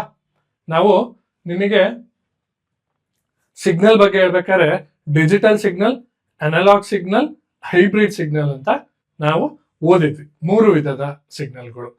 ಡಿಜಿಟಲ್ ಸಿಗ್ನಲ್ 0 ಮತ್ತೆ 1 electrical signals ಗಳನ್ನ ಮಾತ್ರ ಅದು ಶೇಖರಿಸಿ ಕಳಿಸುತ್ತೆ, ಅರ್ಥ ಮಾಡ್ಕೊಳ್ಳುತ್ತೆ. ಅನಲಾಗ್ ಸಿಗ್ನಲ್ ಭೌತಿಕವಾಗಿ measure ಮಾಡ್ಕೊಳ್ಳುತ್ತೆ, physical ಆಗಿ. ಈ ಹೈಬ್ರಿಡ್ ಸಿಗ್ನಲ್ ಏನು ಅನಲಾಗ್ ಆಗಿ ಅಬ್ಸರ್ವ್ ಮಾಡ್ಕೊಂಡು ಅದನ್ನ ಡಿಜಿಟಲ್ ಆಗಿ ಎಲೆಕ್ಟ್ರಿಕಲ್ ಸನ್ನೆಗಳಾಗಿ 0 ಮತ್ತೆ 1ಗಳಾಗಿ ಕನ್ವರ್ಟ್ ಮಾಡ್ಕೊಳ್ಳುತ್ತೆ. ಇದರಲ್ಲಿ ಯಾವುದು ಅಂತ ಪ್ರಶ್ನೆ. ಇದರಲ್ಲಿ ಯಾವುದು ನಿಮಗೆ ಡಿಜಿಟೈಸರ್ ಏನ್ ಮಾಡುತ್ತೆ, ಅನಲಾಗ್ ಇನ್ಫಾರ್ಮೇಶನ್ ನ ತಗೊಂಡು ನಿಮಗೆ ಡಿಜಿಟಲ್ ಆಗಿ ಸಿಗ್ನಲ್ ನ ಕೊಡುತ್ತೆ ಅಲ್ವಾ. ಕಳೆದ ವಿಡಿಯೋದಲ್ಲಿ analog signal, digital signal, hybrid signal study ಮಾಡಿದ್ವಿ. ಹೈಬ್ರಿಡ್ ಸಿಗ್ನಲ್ ಏನ್ ಮಾಡುತ್ತೆ, ಅನಲಾಗ್ ಸಿಗ್ನಲ್ ನ ತಗೊಂಡು ಡಿಜಿಟಲ್ ಸಿಗ್ನಲ್ ಆಗಿ ಪರಿವರ್ತಿಸುತ್ತೆ. ಆ ಕನ್ವರ್ಟ್ ಮಾಡೋ ಹಾರ್ಡ್ವೇರ್ ನ ಹೆಸರೇನು, ಡಿಜಿಟೈಸರ್. ಬಾರ್ ಕೋಡ್ ರೀಡರ್ ಏನ್ ಮಾಡುತ್ತೆ, ನಿಮ್ಮ ಬಾರ್ ಕೋಡ್ ಇರುತ್ತಲ್ವಾ, ನೀವೆಲ್ಲಾರು ಶಾಪಿಂಗ್ ಹೋದ್ರೆ ಬಾರ್ ಕೋಡ್ ಇಮೇಜ್ ಇರುತ್ತೆ, ಆ ಇಮೇಜ್ ಅಥವಾ ಆ ಲೈನ್ ಗಳನ್ನ ರೀಡ್ ಮಾಡಿ ಟ್ರಾನ್ಸ್ಲೇಟ್ ಮಾಡುತ್ತೆ. Translate optically printed impulses into electrical signal. Optically printed white and black lines into electrical signal ಗೆ ಕನ್ವರ್ಟ್ ಮಾಡೋದು ಯಾವುದು, bar code reader. Track ball ಏನು ಅಂದ್ರೆ ನಿಮ್ಮ ಮೌಸ್ ತರ, ಮೌಸದಲ್ಲಿ ಮಧ್ಯದಲ್ಲಿ ಒಂದು ಬಾಲ್ ಇರ್ತಿತ್ತು ಅವಾಗೆಲ್ಲ ಹಳೆ ಮೌಸ್ಗಳಲ್ಲಿ, ಅದನ್ನ ನಾವ್ ಏನಂತ ಕರಿತೀವಿ, trackball. It is a pointing device with a ball held by a socket. ಅದಾದ್ಮೇಲೆ ವೆಬ್ ಕ್ಯಾಮ್ರಾ ಎಲ್ರಿಗೂ ಗೊತ್ತು, ಅದು ನಿಮ್ಮ ವಿಡಿಯೋನ ಕ್ಯಾಪ್ಚರ್ ಮಾಡಕ್ಕೆ ಮತ್ತೆ ಡಿಜಿಟಲ್ ಇಮೇಜ್ ನ ವಿಡಿಯೋನ ಕ್ಯಾಪ್ಚರ್ ಮಾಡಿ ಸ್ಟೋರ್ ಮಾಡ್ಲಿಕ್ಕೆ ಬಳಸ್ಕೊಂತೀವಿ. ಇಲ್ಲಿ ಆನ್ಸರ್ ಏನು, ಡಿಜಿಟೈಸರ್. ಇದು ಅನಲಾಗ್ ಇನ್ಫಾರ್ಮೇಶನ್, ಸೌಂಡು, ಲೈಟು, ವೇಗ ಅಲ್ವಾ, ಮೆಕ್ಯಾನಿಕಲ್ ಮೋಷನ್, ಅದನ್ನ ರೆಕಾರ್ಡ್ ಮಾಡಿಕೊಂಡು ಅದು ಎಲೆಕ್ಟ್ರಿಕಲ್ ಸಿಗ್ನಲ್ಸ್ ಗಳಾಗಿ, ಡಿಜಿಟಲ್ ಸಿಗ್ನಲ್ಸ್ ಗಳಾಗಿ ಕನ್ವರ್ಟ್ ಮಾಡುತ್ತೆ. ಇದನ್ನ ಗ್ರಾಫಿಕ್ ಟ್ಯಾಬ್ಲೆಟ್ ಅಂತ ಕೂಡ ಕರಿತೀವಿ. Very easy. ನೆಕ್ಸ್ಟ್ ಕ್ವಶನ್ ನೋಡೋಣ. Identify the type of internal computer memory described. Computer ಮೆಮೊರಿನ ನಾವಿಲ್ಲಿ ಡಿಸ್ಕ್ರೈಬ್ ಮಾಡಿದೀವಿ, ಇದು ಯಾವ ಮೆಮೊರಿ ಅಂತ ಐಡೆಂಟಿಫೈ ಮಾಡಿ. It acts as a high speed buffer directly between CPU and main memory, storing frequently access data to dramatically speed up CPU performance ಅಲ್ವಾ. ಈ ವಿವರಿಸಲಾದ ಆಂತರಿಕ ಕಂಪ್ಯೂಟರ್ ಮೆಮೊರಿಯನ್ನ ಗುರುತಿಸಿ. ಇದು CPU ಮತ್ತು ಮುಖ್ಯ ಮೆಮೊರಿ. ಪ್ರೈಮರಿ ಮೆಮೊರಿ ಯಾವುದು, ರ್ಯಾಮ್ ಇದೆ, ರಾಮ್ ಇದೆ. ಪ್ರೈಮರಿ ಮೆಮೊರಿ ಮತ್ತೆ CPU ಮೆಮೊರಿ ನಡುವಿನ ಕೊಂಡಿ ಯಾವುದು, ಡೈರೆಕ್ಟ್ ಈಸಿ ಕ್ಯಾಶೆ ಮೆಮೊರಿ. CPU ನಲ್ಲೇ ಇರೋ ಮೆಮೊರಿ ಯಾವುದು, ರಿಜಿಸ್ಟರ್ಸ್ ಅಲ್ವಾ. ಅತಿ ವೇಗದ ಬಫರ್ ಆಗಿ ಕಾರ್ಯನಿರ್ವಹಿಸುತ್ತದೆ. ಇದು ಕ್ಯಾಶೆಯ ಫಂಕ್ಷನ್, ಕಾರ್ಯನ ನಾನು ಇಲ್ಲಿ ಹೇಳ್ತಾ ಇದ್ದೀನಿ. ಮತ್ತು CPU ವೇಗವನ್ನು ಹೆಚ್ಚಿಸಲು ಪದೇ ಪದೇ ಬೇಕಾಗುವ ಡೇಟಾವನ್ನು ಸಂಗ್ರಹಿಸುತ್ತದೆ. ಇಲ್ಲಿ ಏನ್ ಆನ್ಸರ್, ಡೈರೆಕ್ಟ್, ವೆರಿ ಈಸಿ ಅಲ್ವಾ. ಕ್ಯಾಶೆ ಮೆಮೊರಿ ಅಲ್ವಾ. ರೀಡ್ ಓನ್ಲಿ ಮೆಮೊರಿ ಏನು, ಇದು ಸ್ಥಿರವಾದ ಮೆಮೊರಿ ರಾಮ್. ಕ್ಯಾಶೆ ಮೆಮೊರಿ ಏನು, ಇದು CPU ಮೇಲ್ಗಡೆನೆ ಇರುತ್ತೆ, ಅದು CPU ಜೊತೆ ಹೊಂದ್ಕೊಂಡಿರುತ್ತೆ. CPU ಒಳಗಡೆ ಇರೋ ಮೆಮೊರಿ ರಿಜಿಸ್ಟರ್ ಮೆಮೊರಿಗಳು. CPU ಪಕ್ಕದಲ್ಲಿ ಅಥವಾ ಮೇಲ್ಗಡೆ ಇರೋದು ಯಾವುದು, ಕ್ಯಾಶೆ ಮೆಮೊರಿ. ಸೆಕೆಂಡರಿ ಮೆಮೊರಿ ಯಾವುದು, hard disk drive, solid state drive ಅಲ್ಲ, ನಿಮ್ಮ D drive, E drive, F drive ಇವೆಲ್ಲ ಸೆಕೆಂಡರಿ ಮೆಮೊರಿ ಆಗುತ್ತೆ.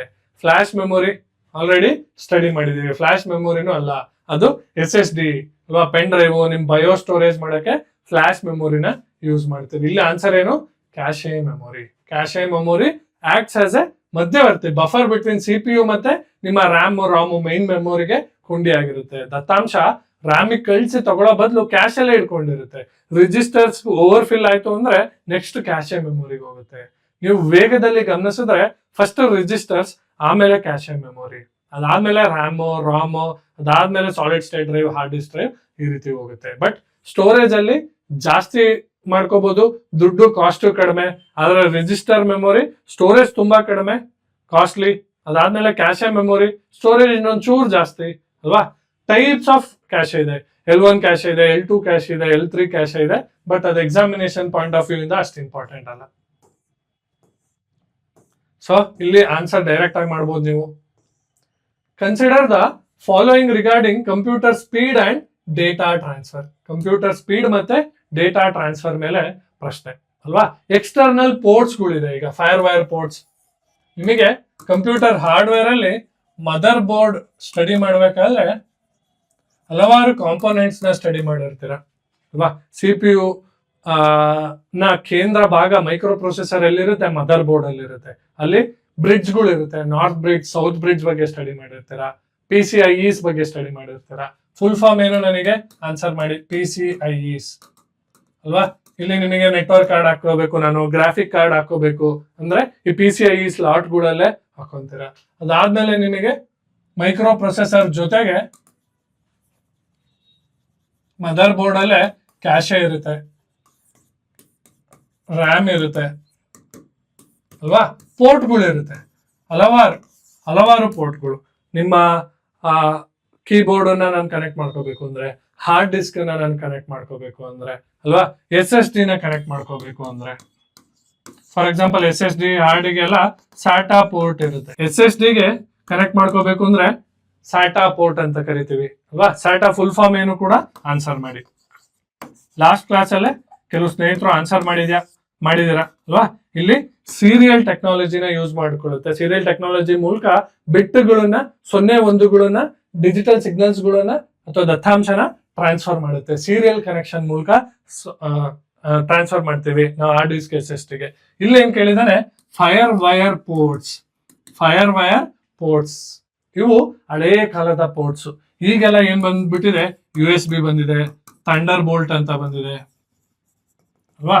ಥಂಡರ್ ಬೋಲ್ಟ್ ಇವೆಲ್ಲ 40 Gbps, okay, 40 gigabit per second ವರ್ಗು ಟ್ರಾನ್ಸ್ಫರ್ ಮಾಡ್ಬೋದು. ಥಂಡರ್ ಬೋಲ್ಟ್ಗಳು ಇವೆಲ್ಲ ನಿಮ್ಮ ಗ್ರಾಫಿಕ್ ಕಾರ್ಡು, ನಿಮ್ಮ ವಿಡಿಯೋ, ಆಡಿಯೋನ ನಾನು ಟ್ರಾನ್ಸ್ಫರ್ ಮಾಡಕ್ಕೆ, ಡೇಟಾ ಟ್ರಾನ್ಸ್ಫರ್ ಮಾಡಕ್ಕೆ ಯೂಸ್ ಮಾಡೋದು. ಫೈರ್ ವೈರ್ ಪೋರ್ಟ್ಸ್ ಏನಿತ್ತು ತುಂಬಾ ಹಳೆಯ ಪೋರ್ಟ್, 1980s 90s. ಇದು up to 400 Mbps. FireWire port 4.2 up to 400 Mbps ವರ್ಗು ನಿಮ್ಮ ಮಲ್ಟಿಮೀಡಿಯಾ ಡಿವೈಸಸ್ ಅಲ್ವಾ. ನಿಮ್ಮ ವಿಡಿಯೋ ಕ್ಯಾಮ್ರಾ, ಹಾರ್ಡ್ ಡಿಸ್ಕ್ ಅಲ್ವಾ, ಕ್ಯಾಮ್ರಾ, ಅದಕ್ಕೆ ನಾನು ದತ್ತಾಂಶನ ಟ್ರಾನ್ಸ್ಫರ್ ಮಾಡ್ಲಿಕ್ಕೆ ಈ ಪೋರ್ಟ್ ನ ಯೂಸ್ ಮಾಡ್ಕೊಂತಿದ್ವಿ. First statement correct. The speed of the CPU processor is typically measured in gigahertz ಅಲ್ವಾ.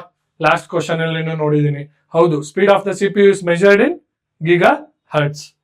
ಅ single nibble is equal to 8 bit. ಹೌದಾ, ತಪ್ಪು sir madam. Single nibble is equal to 4 bit direct. ಇಲ್ಲೇನ್ answer 1 and 2 only. Clear? ನೀವು ಏನೇನ್ ತಿಳ್ಕೋಬೇಕು ಅಂದ್ರೆ ಯಾವ್ಯಾವೆಲ್ಲ type of, okay, ನಿಮಗೆ ಪೋರ್ಟ್ಗಳಿದೆ ಅಂತ. USB ಇದೆ, ಓಕೆ, SATA ಇದೆ, SSD ಕೇಬಲ್ ಕನೆಕ್ಟ್ ಮಾಡಕ್ಕೆ, HDMI ಕೇಬಲ್ ಇದೆ ಅಲ್ವಾ. ಹಲವಾರು ವೇರಿಯಸ್ ಟೈಪ್ಸ್ ಆಫ್ ಈ ಕನೆಕ್ಷನ್ಸ್. ಥಂಡರ್ ಬೋಲ್ಟ್ ಅಂತ ಇದೆ. ಈ ಫೈರ್ ವೈರ್ ಪೋರ್ಟ್ ನ ನೆಕ್ಸ್ಟ್ ಆವೃತ್ತಿಗಳು USB 4.0, Thunderbolt, HDMI, PCIe slot. ಇದರ ಫುಲ್ ಫಾರ್ಮ್ ಕೇಳ್ತಾನೆ ಸರ್ ಮೇಡಮ್. ಸೊ ಆನ್ಸರ್ ಮಾಡ್ಕೊಳ್ಳಿ, ನೋಟ್ ಡೌನ್ ಮಾಡ್ಕೊಳ್ಳಿ, ಓಕೆ, ಸ್ಟಡಿ ಮಾಡಿ, ಚೆಕ್ ಮಾಡಿ, ನೋಟ್ ಡೌನ್ ಮಾಡ್ಕೊಳ್ಳಿ. ಇವನ್ನೆಲ್ಲ ಒಂದು ಫುಲ್ ಫಾರ್ಮ್ ಕೇಳ್ತಾ ಅಂದ್ರೂ ಈಸಿಲಿ ನಿಮಗೆ ಬೇರೆಯವ್ರಿಗಿಂತ 1 ಸ್ಟೆಪ್ ಮುಂದೆ ಇರ್ತೀರ. ಓಕೆ, ಮೆಮೊರಿ ಅಲೋಕೇಶನ್ ಅದು 1 ನಿಬಲ್ 4 ಬಿಟ್ಗಳು 8 ಬಿಟ್ಗಳು ಅಲ್ಲ. Within the arithmetic logic unit, an operation that involves shifting or rotating a word by a specified number of bits to the left or right is specifically categorized as. ಇಲ್ಲಿ ಏನು ಪ್ರಶ್ನೆ, ಅಂಕಗಣಿತ ತರ್ಕ ಘಟಕ ALU ಒಳಗೆ ಬಿಟ್ಗಳನ್ನು ನಿರ್ದಿಷ್ಟ ಸಂಖ್ಯೆಯಲ್ಲಿ ಎಡಕ್ಕೆ ಅಥವಾ ಬಲಕ್ಕೆ ವರ್ಗಾಯಿಸುವ ಅಥವಾ ತಿರುಗಿಸುವ ಕಾರ್ಯಾಚರಣೆಯನ್ನು ನಿರ್ದಿಷ್ಟವಾಗಿ ಯಾವ ವಿಧದ ಕಾರ್ಯಾಚರಣೆ ಅಂತೀವಿ? ತಾರ್ಕಿಕ ಕಾರ್ಯಾಚರಣೆ, ಅಂಕಗಣಿತ ಕಾರ್ಯಾಚರಣೆ, ಬಿಟ್ ಶಿಫ್ಟಿಂಗ್ ಕಾರ್ಯಾಚರಣೆ, ಹೋಲಿಕೆ ಕಾರ್ಯಾಚರಣೆ ಅಥವಾ ಕಂಪ್ಯಾರಿಸನ್, ಬಿಟ್ ಶಿಫ್ಟಿಂಗ್, ಅರಿಥಮೆಟಿಕ್, ಲಾಜಿಕಲ್. ಪ್ರಶ್ನೆಯಲ್ಲೇ ಉತ್ತರ ಇದೆ ಸರ್ ಅಲ್ವಾ. ನಿರ್ದಿಷ್ಟವಾಗಿ ಸಂಖ್ಯೆನ ನಾನು ಬಿಟ್ಗಳನ್ನ ಎಡಕ್ಕೆ, ಲೆಫ್ಟಿಗೆ ಅಥವಾ ರೈಟಿಗೆ ಶಿಫ್ಟ್ ಮಾಡೋದನ್ನ ಅಲ್ವಾ, ಬಲಕ್ಕೆ ವರ್ಗಾಯಿಸೋದನ್ನ ನಾನು ಏನಂತ ಕರಿತೀನಿ? ಬಿಟ್ ಶಿಫ್ಟಿಂಗ್ ಆಪರೇಷನ್ ಅಂತೀವಿ. ಇಲ್ಲಿ ಹಲವಾರು ವಿಧದ ಇದೆ. ಅರಿಥಮೆಟಿಕ್ ಬಿಟ್ ಶಿಫ್ಟಿಂಗ್ ಅಂತೀನಿ, ಆಮೇಲೆ ಲಾಜಿಕಲ್ ಶಿಫ್ಟಿಂಗ್, ಲಾಜಿಕಲ್ ಬಿಟ್ ಶಿಫ್ಟಿಂಗ್ ಅಂತ ಕರಿತೀವಿ, ಅಥವಾ ರೊಟೇಟಿಂಗ್ ಬಿಟ್ ಶಿಫ್ಟಿಂಗ್. ಓಕೆ, 3 ವಿಧಗಳಿದೆ. ಬಹಳ ಡೆಪ್ತ್ ಆಗಿ ಏನ್ ಕೇಳಿಲ್ಲ ಅವನು. ಅರಿಥಮೆಟಿಕ್ ಓಕೆ ಬಿಟ್ ಶಿಫ್ಟಿಂಗ್ ಅಲ್ಲಿ ನಾವೇನ್ ಮಾಡ್ತೀವಿ? ಲೆಫ್ಟ್ ಮೋಸ್ಟ್, ಈಗ ಫಾರ್ ಎಕ್ಸಾಂಪಲ್ 1 0 0 1 0 1 0 ಈ ತರ ಇರುತ್ತೆ ಅಂತ ಅನ್ಕೊಳ್ಳೋಣ. ಓಕೆ, ಒಂದು ನಂಬರ್, ಈ 1 ಏನಾಗುತ್ತೆ? ಸೈನ್ ಬಿಟ್ ಆಗುತ್ತೆ. 1 is a sign bit. Leftmost bit ಅಲ್ವಾ, ಲೆಫ್ಟ್ ಮೋಸ್ಟ್ ಬಿಟ್ ಯಾವ್ದಿರುತ್ತೆ ಅದನ್ನ ನಾವು ಸೈನ್ ಬಿಟ್ ಅಂತ ಕರಿತೀವಿ ಕಂಪ್ಯೂಟರ್ ಭಾಷೆಯಲ್ಲಿ. ಸೈನ್ ಬಿಟ್ 1 ಆಗಿದ್ರೆ ಆ ನಂಬರ್ ನೆಗೆಟಿವ್, ಸೈನ್ ಬಿಟ್ 0 ಆಗಿದ್ರೆ ಆ ನಂಬರ್ ಪಾಸಿಟಿವ್. ಸೈನ್ ಬಿಟ್ ಏನಾದ್ರೂ 1 ಆಗಿದ್ರೆ ಆ ನಂಬರ್ ನೆಗೆಟಿವ್ ನಂಬರ್ ಆಗಿರುತ್ತೆ, ಸೈನ್ ಬಿಟ್ 0 ಆಗಿದ್ರೆ ಅದು ಪಾಸಿಟಿವ್ ಇರುತ್ತೆ. ಅರಿಥಮೆಟಿಕ್ ಶಿಫ್ಟಿಂಗ್ ಅಲ್ಲಿ ನಾವು ಏನಾದ್ರೂ ಅಲ್ಲಿ ಅರಿಥಮೆಟಿಕ್ ಆಪರೇಷನ್ಸ್ ನ ಕೂಡ ಕಂಡಕ್ಟ್ ಮಾಡ್ತಿದ್ರೆ ಸೈನ್ ಬಿಟ್ ನ ಇನ್ಕ್ಲೂಡ್ ಮಾಡ್ಕೊಂತೀವಿ, ಅಲ್ಲಿ 1 ಅನ್ನ ಕೂಡ ಇನ್ಕ್ಲೂಡ್ ಮಾಡ್ಕೊಂಡು ಬಿಟ್ ಶಿಫ್ಟಿಂಗ್ ಮಾಡ್ತೀವಿ. ಒಂದು ಎಡಗಡೆ ಶಿಫ್ಟ್ ಮಾಡ್ಬೋದು, ಇಲ್ಲ ಬಲಗಡೆ ಶಿಫ್ಟ್ ಮಾಡ್ಬೋದು. ಲಾಜಿಕಲ್ ಬಿಟ್ ಶಿಫ್ಟಿಂಗ್ ಅಲ್ಲಿ ಸೈನ್ ನಾವು ಕನ್ಸಿಡರ್ ಮಾಡಲ್ಲ. ರೊಟೇಟಿಂಗ್ ಶಿಫ್ಟ್ ಅಲ್ಲಿ ಏನಾಗಿರುತ್ತೆ? 360 ಡಿಗ್ರಿ ಹಿಂಗೆ ವಾಪಸ್ ಹೋಗ್ತಾ ಇರುತ್ತೆ. ನೀವು ರೌಂಡ್ ಚೇರ್ ನೋಡಿದಿರಲ್ವಾ, ಹಂಗೆ ಬಿಟ್ಟು ಶಿಫ್ಟ್ ಗಳು ಆಗ್ತಾ ಇರುತ್ತೆ. ಇದು ನಿಮ್ಮ ಕೆಲಸ, ಮ್ಯಾಥಮೆಟಿಕಲ್ ಆಪರೇಷನ್ಸ್ ನ ಬೇಗ ಮಾಡ್ಲಿಕ್ಕೆ ಸಹಾಯ ಮಾಡುತ್ತೆ ಅಲ್ವಾ. ಇದು ಬಿಟ್ ಶಿಫ್ಟಿಂಗ್ ನ ವಿಧಗಳು ಬಹಳ ಡೆಪ್ತ್ ಆಗಿ ತಿಳ್ಕೊಳ್ಳೋದು ಬೇಡ. ಬಟ್ ಬಿಟ್ ಶಿಫ್ಟಿಂಗ್ ಅಂದ್ರೆ ಏನು? ನಂಬರ್ಗಳನ್ನ 0 ಮತ್ತೆ 1ಗಳನ್ನ ಎಡಗಡೆಗೆ ಅಥವಾ ಬಲಗಡೆಗೆ ಶಿಫ್ಟ್ ಆಗುತ್ತೆ. ನಿಮ್ಮ ಅರಿಥಮೆಟಿಕ್ ಮ್ಯಾಥಮೆಟಿಕಲ್ ಕೆಲಸ ಮಾಡ್ಲಿಕ್ಕೆ ಸಹಾಯ ಮಾಡುತ್ತೆ. ತಾರ್ಕಿಕ ಕಾರ್ಯಾಚರಣೆ ಅಥವಾ ಲಾಜಿಕಲ್ ಗೇಟ್ ಅಂದ್ರೇನು? ಇಲ್ಲಿ ನೀವು ಗೇಟ್ಗಳನ್ನ ಯೂಸ್ ಮಾಡ್ಕೊಂತೀರಾ, ಅಲ್ವಾ. And gate, R gate, not gate ಅಲ್ವಾ, ಇವೆಲ್ಲ ಬೇಸಿಕ್ ಗೇಟ್ಗಳನ್ನ ಯೂಸ್ ಮಾಡ್ತೀನಿ. ಅಂಕಗಣಿತ ಅಂದ್ರೆ ಎಡಿಷನ್ ಅಲ್ವಾ, ಕೂಡೋದು, ಕಳಿಯೋದು, ಮಲ್ಟಿಪ್ಲಿಕೇಶನ್, ಸಬ್ಟ್ರಾಕ್ಷನ್, ಮಲ್ಟಿಪ್ಲಿಕೇಶನ್, ಡಿವಿಷನ್, ಇವನ್ನೆಲ್ಲ ಮಾಡೋದು ಯಾವುದು? ALU ಅಂಕಗಣಿತ. Okay, arithmetic unit. Bit shifting ಅಲ್ಲಿ ಬಿಟ್ ಸಂಖ್ಯೆಗಳನ್ನ ಶಿಫ್ಟ್ ಮಾಡ್ತೀವಿ. ಹೋಲಿಕೆಯಲ್ಲಿ ಕಂಪ್ಯಾರಿಸನ್ ಅಲ್ಲಿ greater than, less than, equal to, greater than equal to, less than or equal to, ಇವೆಲ್ಲ ಆಪರೇಷನ್ಸ್ ನ ಕಂಪ್ಯೂಟರ್ ಮಾಡೋದಕ್ಕೆ ನಾವೇನಂತ ಕರಿತೀವಿ? ಕಂಪ್ಯಾರಿಸನ್ ಅಂತ ಕರಿತೀವಿ ಅಲ್ವಾ. Total important 4 logical operations like and, not, or, XOR ಎಲ್ಲ ಲಾಜಿಕಲ್ ಆಪರೇಷನ್ ಮಾಡೋದಕ್ಕೆ ಈ ಗೇಟ್ಗಳನ್ನು ಉಪಯೋಗಿಸ್ಕೊಂಡ್ಬಿಟ್ಟು ಕೆಲಸ ಮಾಡೋದಕ್ಕೆ ಲಾಜಿಕಲ್ ಆಪರೇಷನ್ ಅಂತೀವಿ. ಬಿಟ್ ಶಿಫ್ಟಿಂಗ್ ಹೇಳಿದೀನಿ. ಅರಿಥಮೆಟಿಕ್ ಕೂಡೋದು, ಕಳಿಯೋದು, ಮಲ್ಟಿಪ್ಲೈ ಮಾಡೋದು. ಇಲ್ಲಿ ಕಂಪೇರಿಂಗ್ ಅಲ್ವಾ, equal to, less than, greater than, ಇವನ್ನೆಲ್ಲ ನಾವು ಯೂಸ್ ಮಾಡ್ಕೊಂಡು ವರ್ಕ್ ಮಾಡ್ಬೇಕಾದ್ರೆ ಅದನ್ನ ಕಂಪ್ಯಾರಿಸನ್ ಆಪರೇಷನ್ ಅಂತ ಕರಿತೀನಿ. ನೆಕ್ಸ್ಟ್ ವೆರಿ ಕ್ವಿಕ್ಲಿ ನೋಡ್ಬಿಡೋಣ. What does the acronym HDMI stand for ಅಲ್ವಾ. ನಮ್ಮ ಹೈ ಕ್ವಾಲಿಟಿ ವಿಡಿಯೋಸ್ ನ ವಿತ್ ಆಡಿಯೋ ಸಿಗ್ನಲ್ಸ್ ನ ಕಳಿಸ್ಲಿಕ್ಕೆ HDMI ಯೂಸ್ ಮಾಡ್ಕೊಂತೀವಿ ಕೇಬಲ್ಗಳನ್ನ. HDMI ಫುಲ್ ಫಾರ್ಮ್ ಏನು? High definition multimedia interface. Okay, HDMI very easy. ಇಲ್ಲೇನು ಆನ್ಸರ್ ಮಾಡುವಂತದ್ದು ಏನಿಲ್ಲ, ಎಕ್ಸ್ಪ್ಲನೇಷನ್ ಏನಿಲ್ಲ. Match the types of printer with their correct operational category ಅಲ್ವಾ. 2 ವಿಧದ ಪ್ರಿಂಟರ್ಗಳು ಇರುತ್ತೆ. ಒಂದು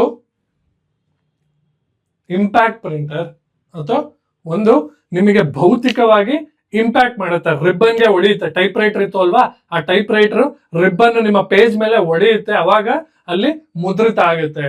ಅದನ್ನ ಇಂಪ್ಯಾಕ್ಟ್ ಪ್ರಿಂಟರ್ ಅಂತ ಕರಿತೀನಿ. ಇನ್ನೊಂದು ಟೈಪ್ ಆಫ್ ಪ್ರಿಂಟರ್ ಏನು ಅಂದ್ರೆ ನಾನ್ ಇಂಪ್ಯಾಕ್ಟ್ ಪ್ರಿಂಟರ್. ಅದು ಸ್ಪ್ರೇ ಮಾಡುತ್ತೆ ಅಥವಾ ಲೇಸರ್ ಮೂಲಕ ಅಲ್ಲಿ ನಿಮಗೆ ಡೈರೆಕ್ಟ್ ಆಗಿ ಬಣ್ಣ ಅಥವಾ ಆ ಅಕ್ಷರ ಹೋಗಿ ಇದಾಗುತ್ತೆ. ಇಂಪ್ಯಾಕ್ಟ್ ಪ್ರಿಂಟರ್ ಬಹಳ ಸೌಂಡ್ ಮಾಡುತ್ತೆ, ಹಳೆ ಕಾಲದ ಪ್ರಿಂಟರ್ಗಳು ಒಂಥರ ಟೈಪ್ ರೈಟರ್ಗಳು ತರನೇ.